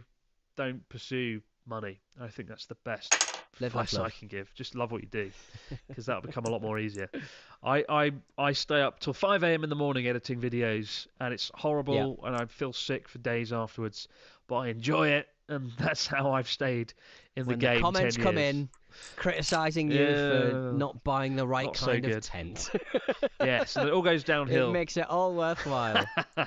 My God. We'll be back in just a moment, guys. We'll stories, comments, and questions in the fax machine. Wow. And we're back with the fax machine. What have we got this week from our listeners? Mr. Dawson, fill us in. Hello, Poddering Pete and Cantankerous Chris. I'm an amateur folklorist from Yorkshire, and I would love to know what your favourite folklore story is, or traditional ceremony, Megan. I imagine Japan's filled with folklore, isn't it, and kind of ghost stories and traditional kind of tales and that. Yeah, only a video it came out last month. I went to the most haunted inn in Japan. They have the Zashiwarashi, like a young boy ghost. Boy that died 1,000 years ago, traveling around. Oh dear. And it's kind of like a good story though. Like in Japan, ghosts are often seen as positive things, good luck spirits. And that was kind of cool, like folklore like that. It said that he lives in the cupboard. This ghost boy lives in a cupboard, and if you see him, it brings good luck. Cupboard. Yeah, I like that. It's good. Chris put him in there for a video. Like Matilda, I think she gets shoved in the chokey. We got one here from Andrew. It says, "Hello, Chris and Pete. Chris, I'm wondering what your proximity to places like South Korea, Vietnam, Thailand, Philippines, etc. Do you travel around Southeast Asia? I know it's called abroad in Japan, but you've posted videos in the UK and USA. Have I? Have I posted it? I did, didn't I? Yeah, LA. Will we see some abroad in Southeast Asia videos? Probably not anytime soon. I'm looking at doing some stuff overseas with Natsuki this year, though, so I won't rule it out. I'd like to do some stuff in Europe and North America with Natsuki, but yeah, I've never been to Southeast Asia. I would like to go to Thailand, Vietnam, and more. Whatever. And Cambodia and Laos. Why not? Indonesia. And Malaysia. Throw in a cheeky bit of Malaysia and Indonesia. Yeah. One last comment here from Adi Ahiru Saru, which means duck plate. Since Chris did the jet program, was it enough to pay to live off in Japan? Was the pay enough?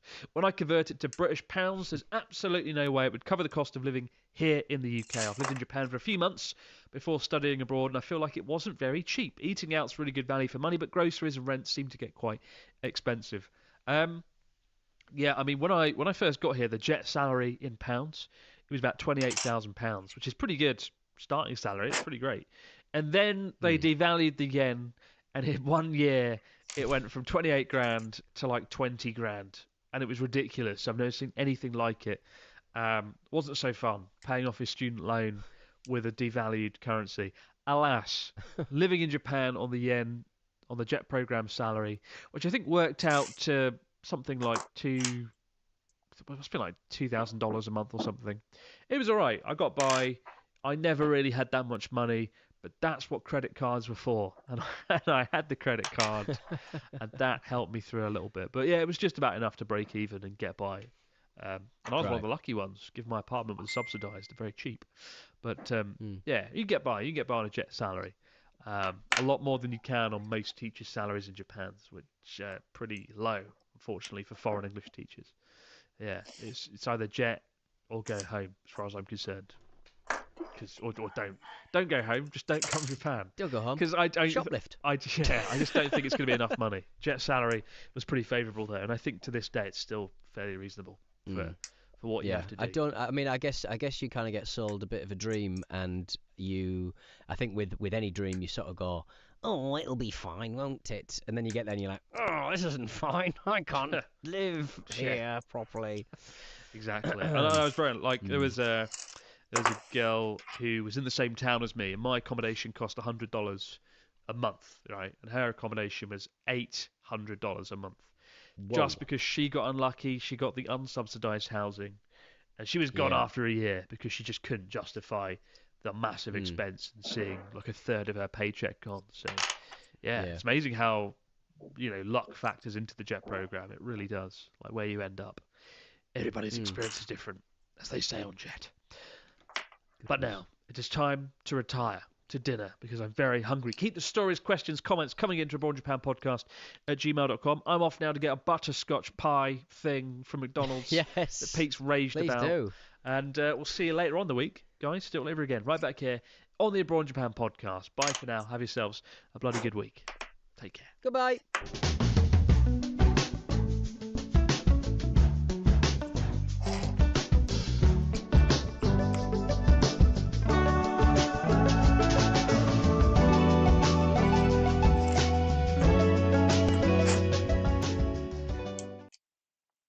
When it comes to faces in Japan, people have really weird descriptions. My friend Ellen, who joined us on Journey Across Japan, the server, the woman just went up to her and went, "Oh, you have a small face."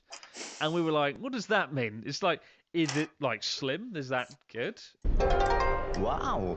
Hello and welcome to the Abroad Japan podcast. Probably the best way of learning about life in Japan without actually being in Japan. I'm your host, Chris Broader, but joined as always by England's top Japan enthusiast, Mr. Pete Donaldson himself. Pete, how the devil are you doing? I'm good. I think I might be turning into a vampire, Chris. A strange vampire. I've already got the Widow's Peak, and I'm just rather concerned. I've changed mobile phones, and I've gone to from one Samsung to another, and my fingerprints aren't working. Oh my God! Why? Like, they're just not working. Like, it just doesn't. I just don't know what I'm doing wrong, really. I think I'm. Can you have like really dry hands that mean your fingerprints don't work? I'm a little bit concerned that I might be losing fingerprintage. You've burned off your fingerprints to evade crime. Yeah. Imagine like on the iPhone it uses face detection, whatever. That's very, very effective and very impressive. But imagine it just not working one day. That'd be kind of creepy. Yeah, like, and you discover you've become a non-person. Yeah, I mean, my hands are kind of dry at the moment, but I mean, I can't be in a situation where my fingerprints fall off. It's like it's a little bit like when is it pineapple farmers, because of the acids in the pineapples? Isn't it a misnomer that their fingerprints start rubbing off and you start to get smooth fingerprints if you're a pineapple farmer? My knowledge of pineapple farming is more limited than I'd care to admit. You call this Abroad in a Pineapple Farm, do you? You call this podcast an Abroad in Pineapple Farm, and you're not coming up with pineapple farm facts, for crying out loud. Enough of Letting this. everyone I want to know how the story ends, Pete, on the Toyota Crown car. We all want to know. A few months ago, Pete began the process of importing a Toyota Crown, a very old-fashioned car used as a taxi in Japan. It left Yokohama docks sometime in like September, I think. We've been tracking its progress throughout. Yeah. It's luckily I don't think it's near Yemen now because it's probably been hijacked on the way over. But it arrived, didn't it, about a week or two ago? It arrived at Southampton. It arrived about a week ago, yeah. Hey. I'm happy to say it has been liberated from Southampton docks by some bigger boys that I have employed to do it because I am too busy, because it arrived at a stupid time for me. And, it is here. It is present. The battery is completely dead. I'm a little bit concerned that, I know car stuff is boring stuff, but apologies for people who are bored of this entire thing. It will end at some point. It is nearing the crescendo. It is nearing the apex of this story. We are in a hellhole of battery issues. It's currently in limp mode. It's limping around. It's doing little bits and bobs. I just think they seem to be confused that it's kind of like the battery isn't working and it's doing this and that, and I'm going, guys, it's been on it had a battery replaced in Japan before it left, and it's currently just playing silly buggers because you just haven't charged the battery. It's been on a boat for 2 months, for crying out loud. It's gonna lose charge, and do you not have a jump it doesn't have any start fluid in it. It starts, but I just don't think it. I think it just starts to play silly buggers after a while, and they just need to charge the bloody battery. But like, have you driven it at even all? though that. I've not touched it. It's in Southampton. I've employed some bigger boys to do it. They're taking it to an MOT centre, but they really, I just get the sense that they're used to sort of taking out, like sporty sort of Toyota sort of like new ones. I think I don't think they used the 20-year-old Yakuza rides. I don't think they're used to 20-year-old diplomats cars with really thick glass. So that's my only concern. So hopefully it'll get to a MOT centre at some point in some form of repair. But I don't know. It's just I just think it needs fluids. Give it fluids for crying out. It's basically there's a scene in Short Circuit where Johnny Five, yes, it's a film from the 90s I'm mentioning, has been attacked by some rotten gang hoodlums, and he's arrived and all of his belts are falling off, the wires are coming out of his back, his eyes are all broken, and oil is spurting out of his guts, and that's what the Toyota Century is at the moment. And I just need the bigger boys to sort of just buck their ideas and sort it out for me, because that's what I am paying the money for. I just don't think they're ready for the problems that a Toyota Century will bring, and I'm just stressed out about it. I wonder how many. I said it was a Toyota Crown earlier. That's like the rich man's Toyota. Toyota Century is a bit more ragged and rigid. No, the Toyota Century is the best one. Toyota Crown is a taxi. Well, it must be the first Toyota Century in the UK. You just don't see them in the UK. No, I tell you that. Have I not told you about the guy who literally lives in my town? Who's got one? Oh, he's really? like there's a random guy who lives in my town, and he's got an absolute boner for Japanese domestic market cars, and he's got a Toyota Century. Because I saw basically on the Toyota Century owners Facebook page that I thought I'm gonna have to get up close and personal with these buggers, because these absolute nerdozoids, because they'll obviously have some idea about where I get bits and bobs from it, because you can't buy any of the stuff here. You got to import it from Japan. But so I was like, I'll get on there, figure out when mine turns up and it's dying like it is now, I'll need a bit of help. And so this guy happened to be in my literal, like, he's about 2 miles away from me, and I basically messaged him. I said, and he was and he wouldn't reply for ages. He'd seen the message, and I just think that he felt that, like, he was the only one with a Toyota Century in the town, and he wanted to be the only guy with a Toyota Century in the town. And I was like the guy who was kind of, this young upstart, this young Turk, trying to encroach on his world. So I finally made friends with him, and he's as nerdy as you can imagine. Maybe being a Japanese domestic market car enthusiast. Yeah, maybe. Well, I'm sorry that after all this time you still can't drive the bloody thing. The time. I would never be able to have driven it at this point, because it needs to be MOT, it needs to be registered the first time. But I'm just surprised that these lads that I've employed to take it to the MOT centre, who are supposed to be, this is the sort of thing that they do, seem to be confused that it's got a flat battery. I'm like, guys, come on. I learned to drive 2 years ago, and I know probably covers got a over the flat back. battery. I just can't believe the journey it's been on, right? Like, because obviously when you think when I think of Japan and the UK, you think plane, because anything else just seems like insanity. We talk about William Adams, the samurai, the guy from Gillingham, Kent, where I'm from, that neck of the woods. Took a 2-year boat ride to get here. Your car took, 3 or 4 months? Like, that's just mind-boggling to think a car took that long. It's just kind of crazy that this car was resigned or consigned to be a car that would just, hang out in Oita, where it came from. And then suddenly it's in Southampton or, Leon Sea or whatever. I'm giving a talk in Oita in like 2 or 3 weeks. Well, you can go down to Ken at goonet.com and tell him off for not filling it with petrol. It's absolutely on the bones of its heart. It's on fumes.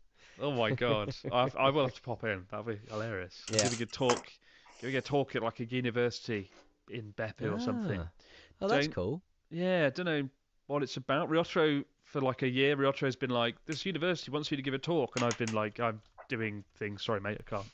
He's finally convinced me to do it, and he's told me nothing. He hasn't told me what it's about, what I have to say, what I have to do. And I think I'll just plagiarise my TED talk from like 4 years ago. I'll just copy that word for word. Nice. I hope nobody notices. That's a secret. Plagiarise your TED talk. We got a story this week from Brian in Okinawa. He says, "Hello, chivalrous Chris and preposterous Pete. Not prosperous Pete, preposterous Pete. No, I've started. His car's not very prosperous. I've started. It's made me not prosperous. I've started a book club with several Japanese women I've met, who found out about my column that I write about my experiences in Japan and Okinawa. They asked me to read a book called Idle, Burning. It's idle, burning. That's why I said Right. it with a pause. It is a Japanese book that's been translated into English. It was okay, but not necessarily my cup of tea, as it's written for young adult audiences. I was asked after our last meeting to suggest a book, and I suggested the Abroad in Japan book. Yes, good job, Brian. They all agreed, and they're eager to read it. Background. The genesis of this book group meeting is to use it as a language exchange forum. That's a good idea. Kind of an interesting take on an Ikaiwa kind of language conversation class with some sense of purpose to it. We typically share intricate details of each other's languages, like idioms and other sayings. After looking your photo up, all the women exclaimed that you are a sauce face. What the fuck is the sauce face? You are a sauce face? What is that? SAUCE or SOURCE? Like it's in the Source engine, Half-Life 2. I don't know. It's SAUCE, so sauce is in like ketchup. You like a sauce face. Your face is still red like last week, like you've been rubbing ketchup all over your face. You're a sauce face. Anyway, it was a phrase they had just taught me. I died laughing at the absurdity of thinking of you with gyoza or soy sauce covering and staining your face. Have you ever heard of sauce face before?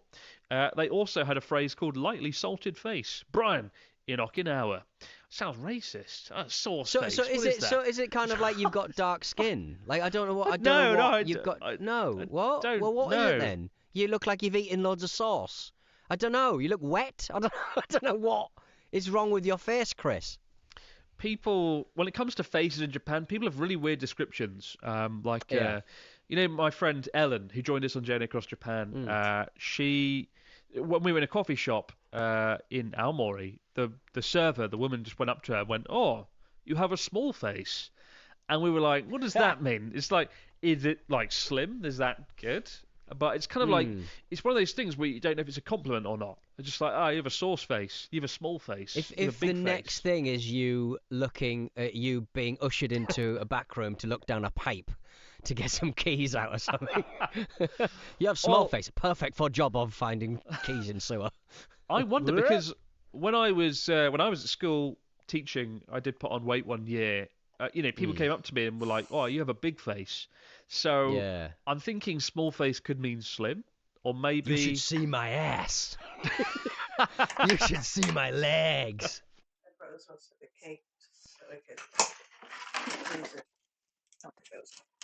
That sentence doesn't make a whole lot of sense, but it's like I saved 3 pieces out. Those best.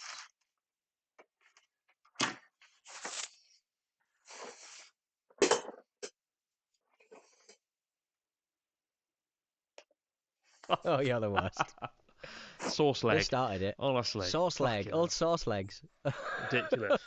Oh, my God. Well, it is a brand new year, 2024. We did cover in the last episode how Japan has unfortunately got off to a bad start this year, guys. And, of course, in the description box below, you can donate for the earthquake relief to the Japanese Red Cross. But I thought this week we'd talk about New Year in a more positive way. We always do this for the last 500 years we've done this podcast. What are your New Year's plans? What are your resolutions for 2024, Mr. Donaldson? I dread to think. It's invariably to lose weight, but I'm a little bit concerned that I've lost the weight before Christmas, and I sort of spent Christmas trying to eat as much food and as much crap as possible because I did lose about a stone. Whoa. And I was trying. And I haven't been drinking all that much. And what's a stone in kilograms? A stone? In kilograms? I don't bloody know. Quite a few. I'll look it up. I was 12 stone, which is not great for someone who's 5'8". I was cracking on for 12 stone in the morning. Whoa, that's 6.3 kilograms. That's quite a lot. Bloody hell, what'd you do? It's quite a lot. It is quite a lot. It's quite a lot. And tell me the secret. I wasn't eating breakfast. No, and I did try and lose weight. Starvation. Well, yeah, the fasting and all that. Having a crack at that sort of thing. And I've stopped eating balls of Haribo, and I've stopped eating so much licorice, and I've stopped eating chocolate, and I've been so busy, I've not really had time to have a bloody booze up as well, so I've not been drinking all that much either. Now, but I've tried this before, apart from the not drinking thing. I've tried this before, and I never was able to lose any weight, really. And so I am a little bit concerned that it's not related to any of my activities. So maybe so over Christmas I've been trying to eat as much crap as possible to try and sort of add a few pounds. And I'm like, oh, it's fine. It was just because I stopped drinking quite so much.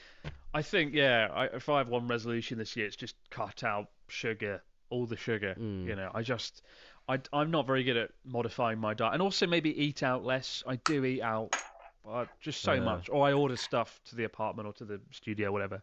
I need to eat more like real food and just more fresh ingredients. Well, we had one of those sugar. like kind of recipe boxes kind of delivered. Hello Fresh. Oh yeah. Want to sponsor the show? It's a great advert. I usually eat Haribo, but now I've been eating stuff like a lime. I want to get sponsored by Haribo. That'll be good. Yes. I'll take that. You look a little bit like the boy from Haribo. You fucking what? You do. If we could get, there'll be a really good Halloween costume. We would get you in some dungarees. Oh, Lovely. my God. Put on a bit of timber. You'd look like the Haribo boy. I think with that thing, like, I'm terrible for portion control. Like we would cook like a pasta bake, and it'd be like a 4-man pasta bake that we were just absolutely chowing down and just eating the whole the whole thing between us. Like, we're not great at that sort of thing. And then I'd be having like lattes every day and stuff. So like, I think having something like a recipe box where you're just cooking like quite fresh food and stuff, or relatively fresh food, and it does make the difference, because it just means that that's the only food you've got really in the house. So yeah, so I recommend that. Just portions, just not eating massive dinners. Yeah, I think for me, it's not about portion. It's about just quality of food, eating less sugar. I think my greatest achievement of the last year is obviously 2022. I don't know what year we're in anymore. What's going on? But I did like the chess boxing, the cycle, the Spartan race, all that stuff. I got really fit relative to my usual standard. And then last year I did fuck all. I did like nothing. I'm really annoyed. Like at the end of 2022, after chess boxing, all that, I was like, right, 2023. I'm going to fucking climb Everest backwards. I'm going to sail down the Amazon in a canoe. I'm going to kayak across the Pacific. And I did nothing. Well, that's not fair. I did cycle around Kyushu, and that was quite good. But I didn't do a lot. And it's a miracle that I've managed to keep off the weight that I had before. Like, I think I've done all right. But I want to keep that up. And I want to keep fit with minimal effort. And the way to do that is just not to have sugar. Well, I mean, you're already sort of getting involved with the whole the aforementioned Wim Hof method, where you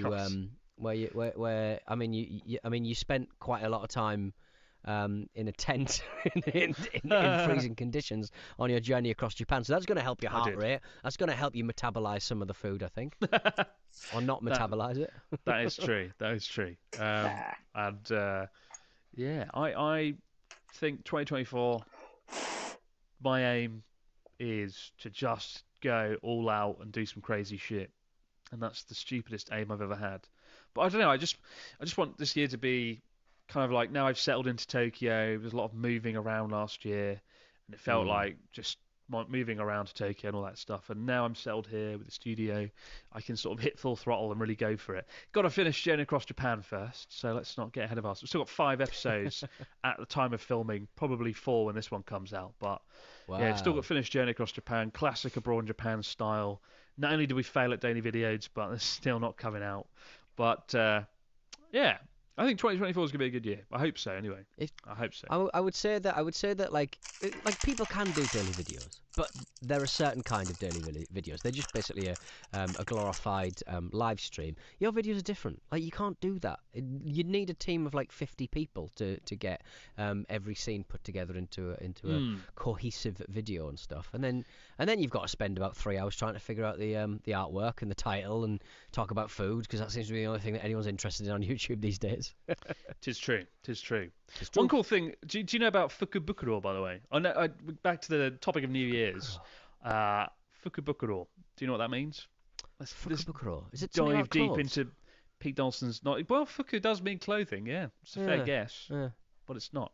It's not that. Is it Ikebukuro, but it's got a big jacket on? Ikebukuro is some clothes. No. Yeah. Fukubukuro means lucky bags. And every year New Year's, it gets exciting around Christmas, New Year's, because lots of shops get rid of their excessive stock by sticking them in lucky bags.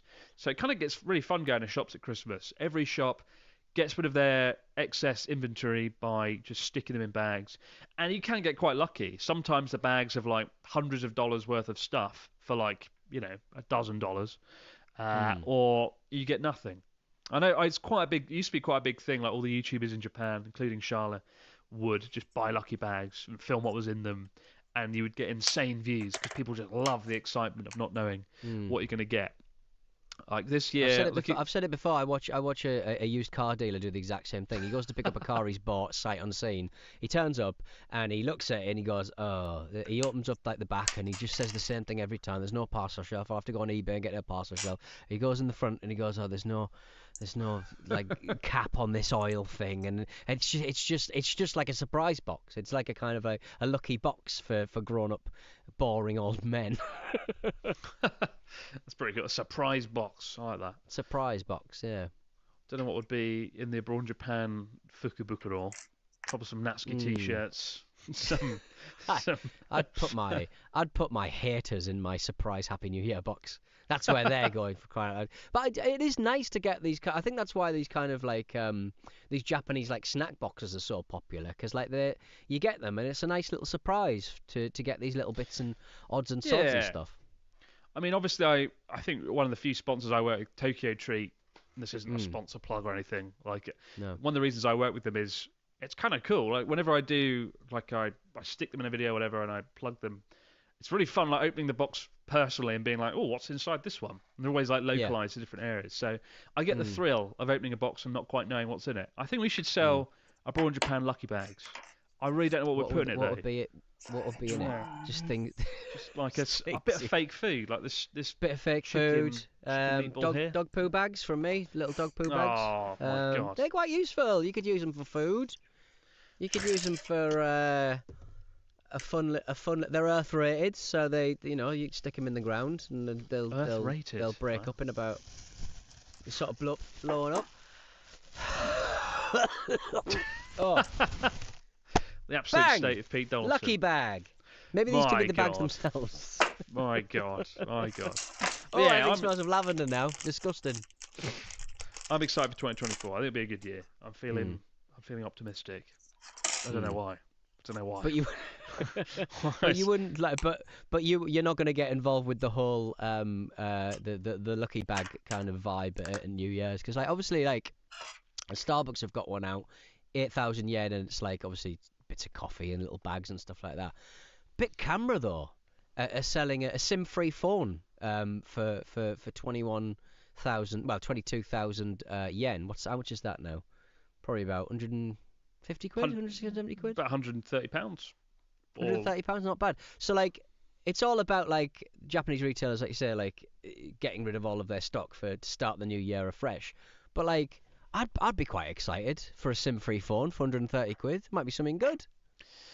Yeah, no, I was looking this up. So Bit Camera, one of Japan's biggest like electronic stores, I think they had a lucky bag for about 21,000 yen. And yeah, you get a phone that normally costs like 34,000 yen, which is pretty awesome. And people like, for this lucky bag, the queue was out the door, down the street, down the road, because people want to get a piece of the action, right? I think that's a really cool kind of idea. Like, I've never heard of this, actually. It's the first time I've heard. Because when I think, like, lucky bags, I usually think, like, clothes shops, shampoo, body shop style places. Like, an electronics store doing this with camera phones is, like, just so cool, like, electronics. Yeah. That's pretty awesome. I didn't know this existed. That being said, I don't think I would queue for anything. Like, the queue is insane. It's, like, 3-4 hour queue for this. Gold or silver? I'm just too lazy for that. It just wouldn't have happened on my watch. No chance. No. Got Final Fantasy ones, like the Square Enix do ones and stuff. But it's all like, yeah. I mean, that's kind of how like video games work. It's kind of how media works. Like people love this sort of stuff, don't they? They do. But I still don't know if it's worth waiting 3 hours for a phone. I don't know. Pretty cool though. Probably not. Yeah, I didn't know that. I didn't know Bit Camera did that. That's pretty awesome. We're back in just a moment, guys. We'll stories, comments, and questions in the fax machine. Wow.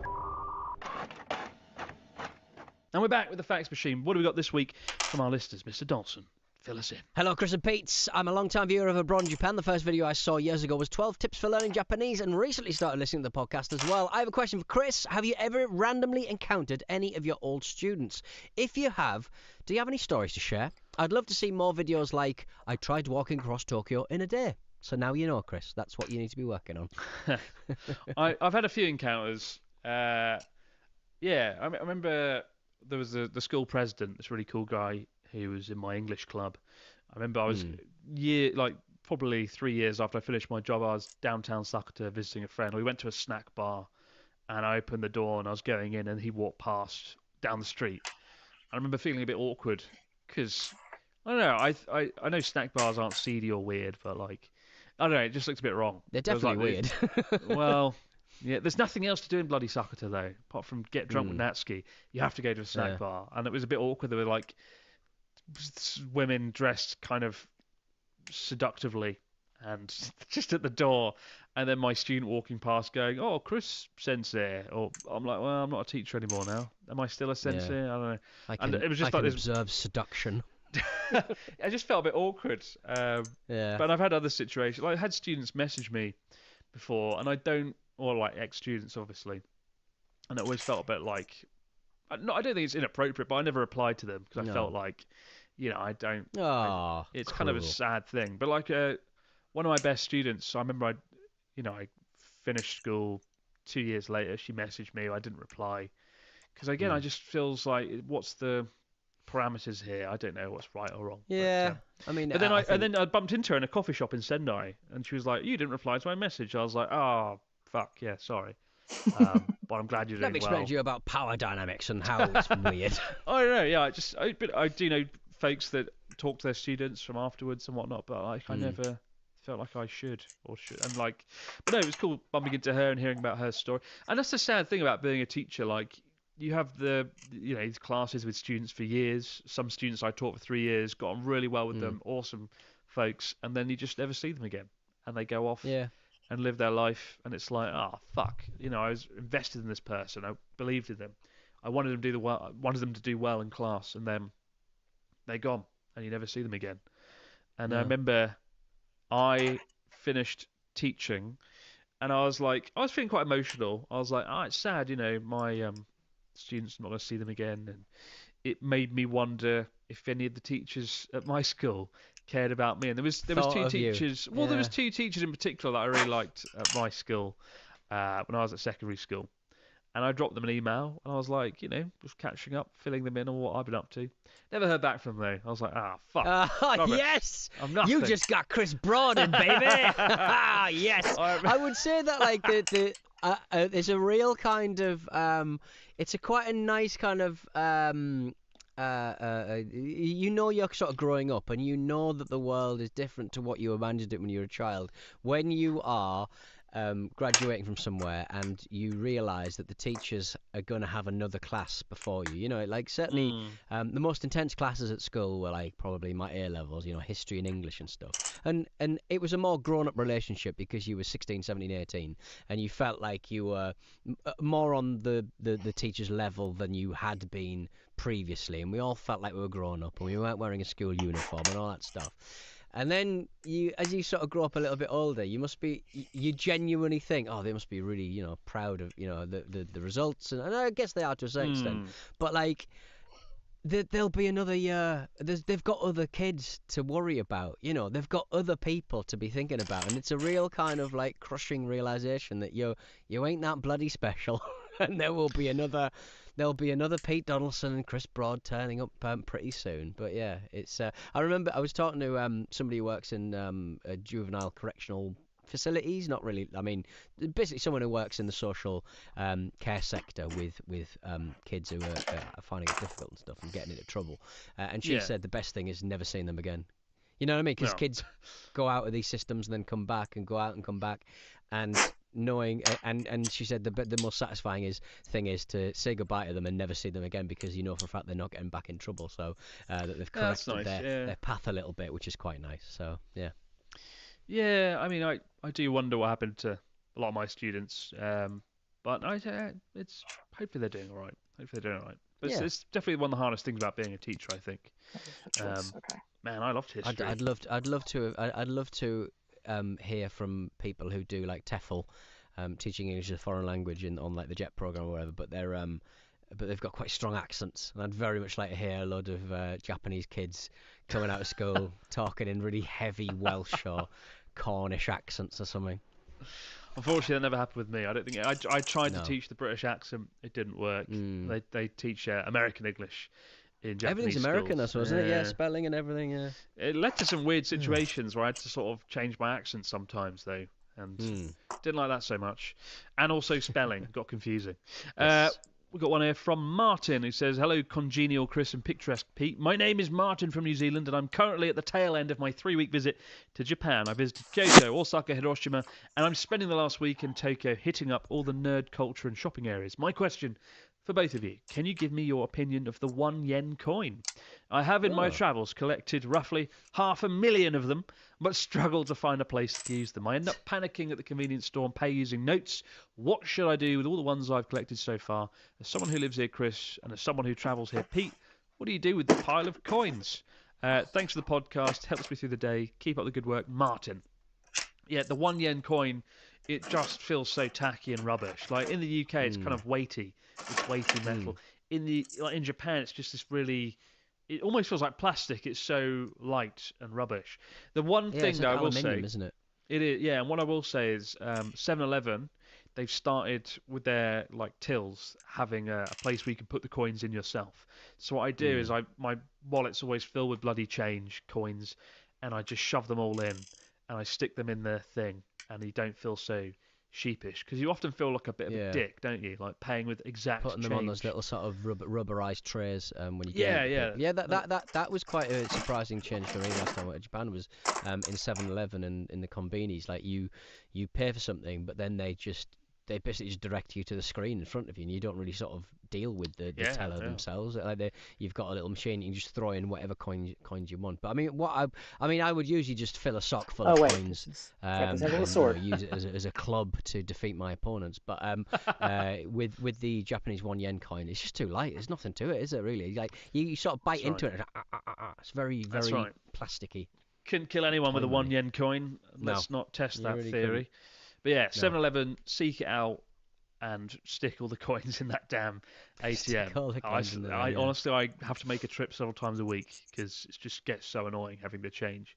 And Japan's still a bit behind on like card payments. In the UK, everything's done on a card. In Japan, you still need to have cash on you, unfortunately, for these things. So bear that in mind if you do come here.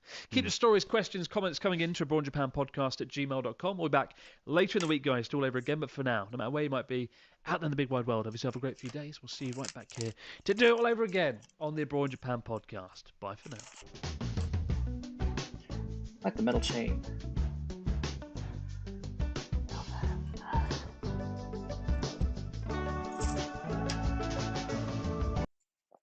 And what I will say is, if you guys do want to donate, we'll put a link in the description box to the Japanese Red Cross Society. But yeah, obviously anything you can donate to help, much appreciated to the people there. Wow.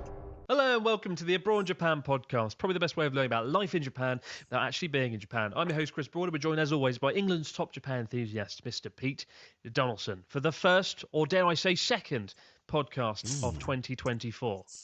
How you doing, Pete? What's going on? Did you just call me Pete Donaldson?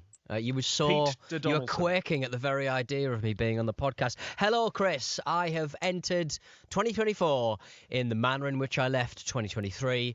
I've decided to, continue experimenting with my fashion choices, and I'm currently wearing a red jumper and a red cardigan. I'm doubling up on the red, and I think I'm probably just going to buy all red clothes, red Tory trousers, and just stride into 2024 as the Red Man, not the one out Father of Christmas, the Wu-Tang Clan.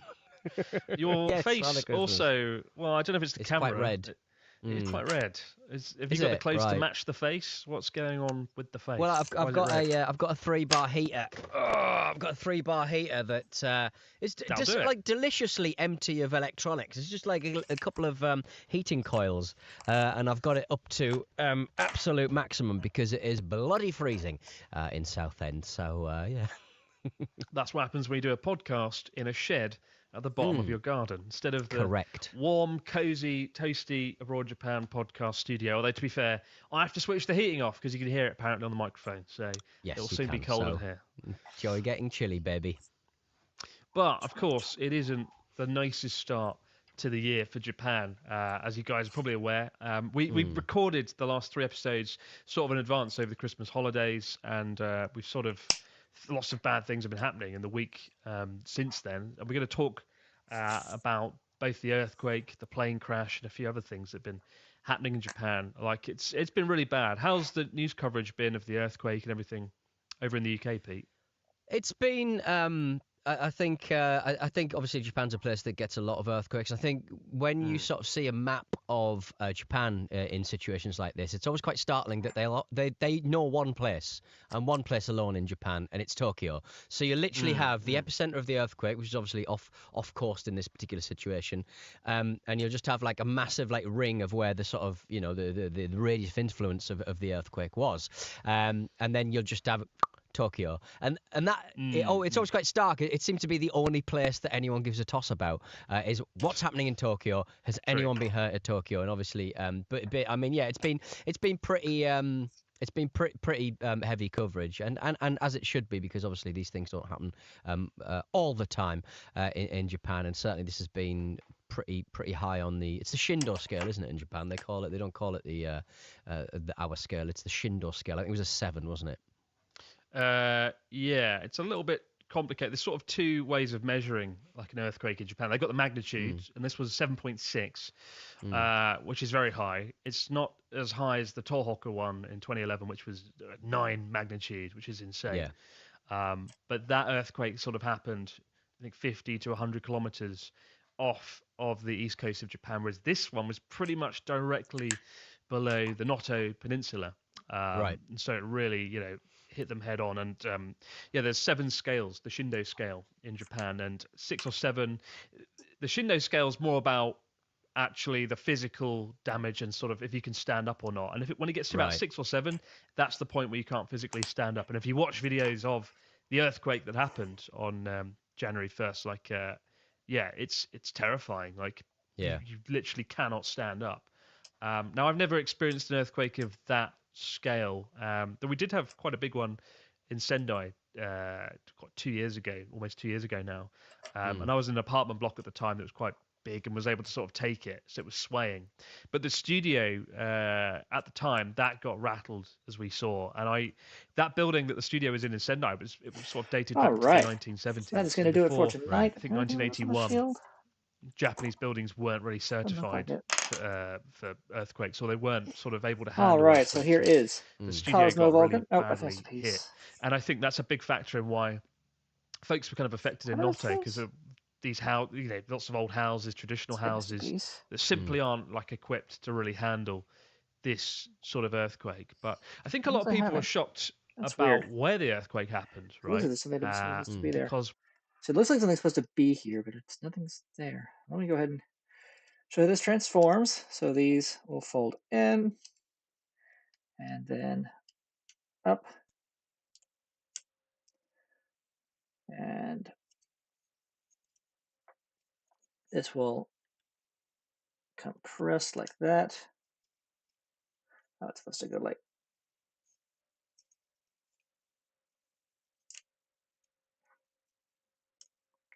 all the way. There we go. And then the chest will be, take out the landing gear. And this will fold in to make the waist, top of the chest, and that is it. It's a really cool transformation in my opinion, because it doesn't look, it just kind of everything hides. So again, you've got all these panels, and I think on the original is one, this bit and this bit were one piece. But they split up because you have to have the waist rotation here.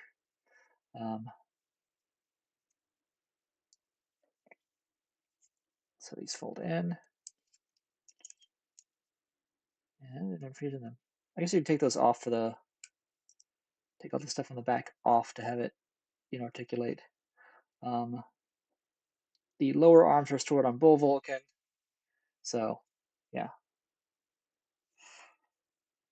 So that is the upper half of the Sun Vulcan Robo. See if I can line that sun on the forehead there. That looks really cool. It's cool stuff so far. Waist rotation. And yeah. That's catching. Have to fix up the paint there. But yeah, really cool stuff. And then I've got the sword, the whatever this thing is, the shield, and the claw.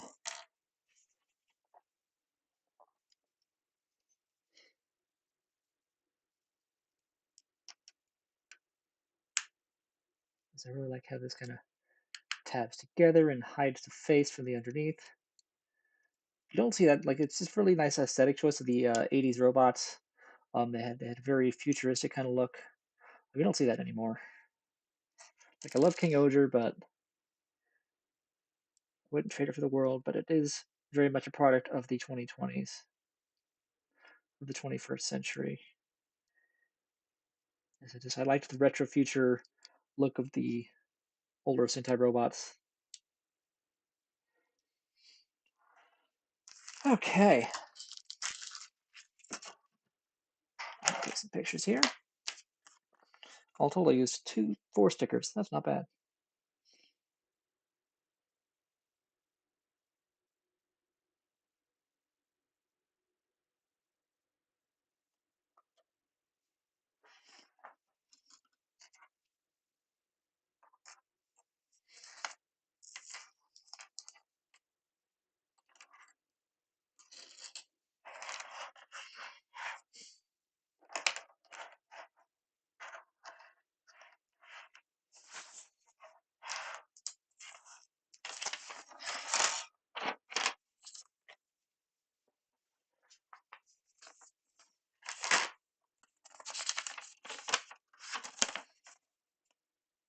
Oh, we could attach the landing gear to the underside. I didn't realize that.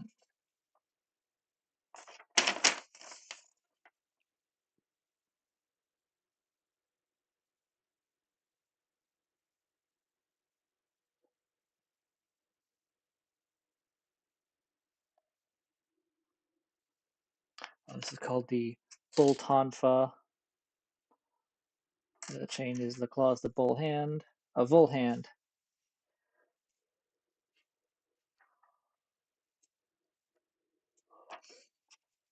Voltonfa, Vol hand, replacement hands, die something. Let me look that up.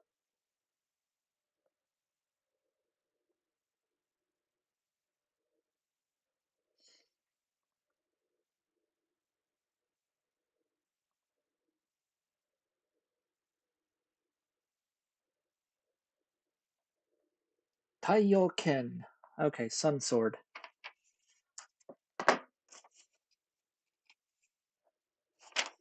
Yeah, so yeah. Take a picture of this.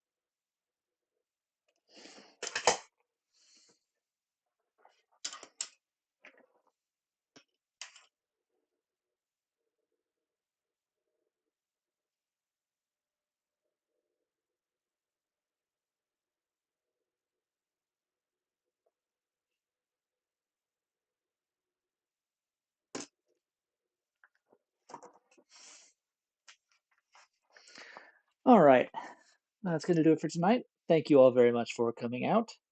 I will see you again, hopefully on Saturday. my usual time for Snap Together Saturday. But I'll just let you know when I do what I do. Thank you very much for coming. Have a great night.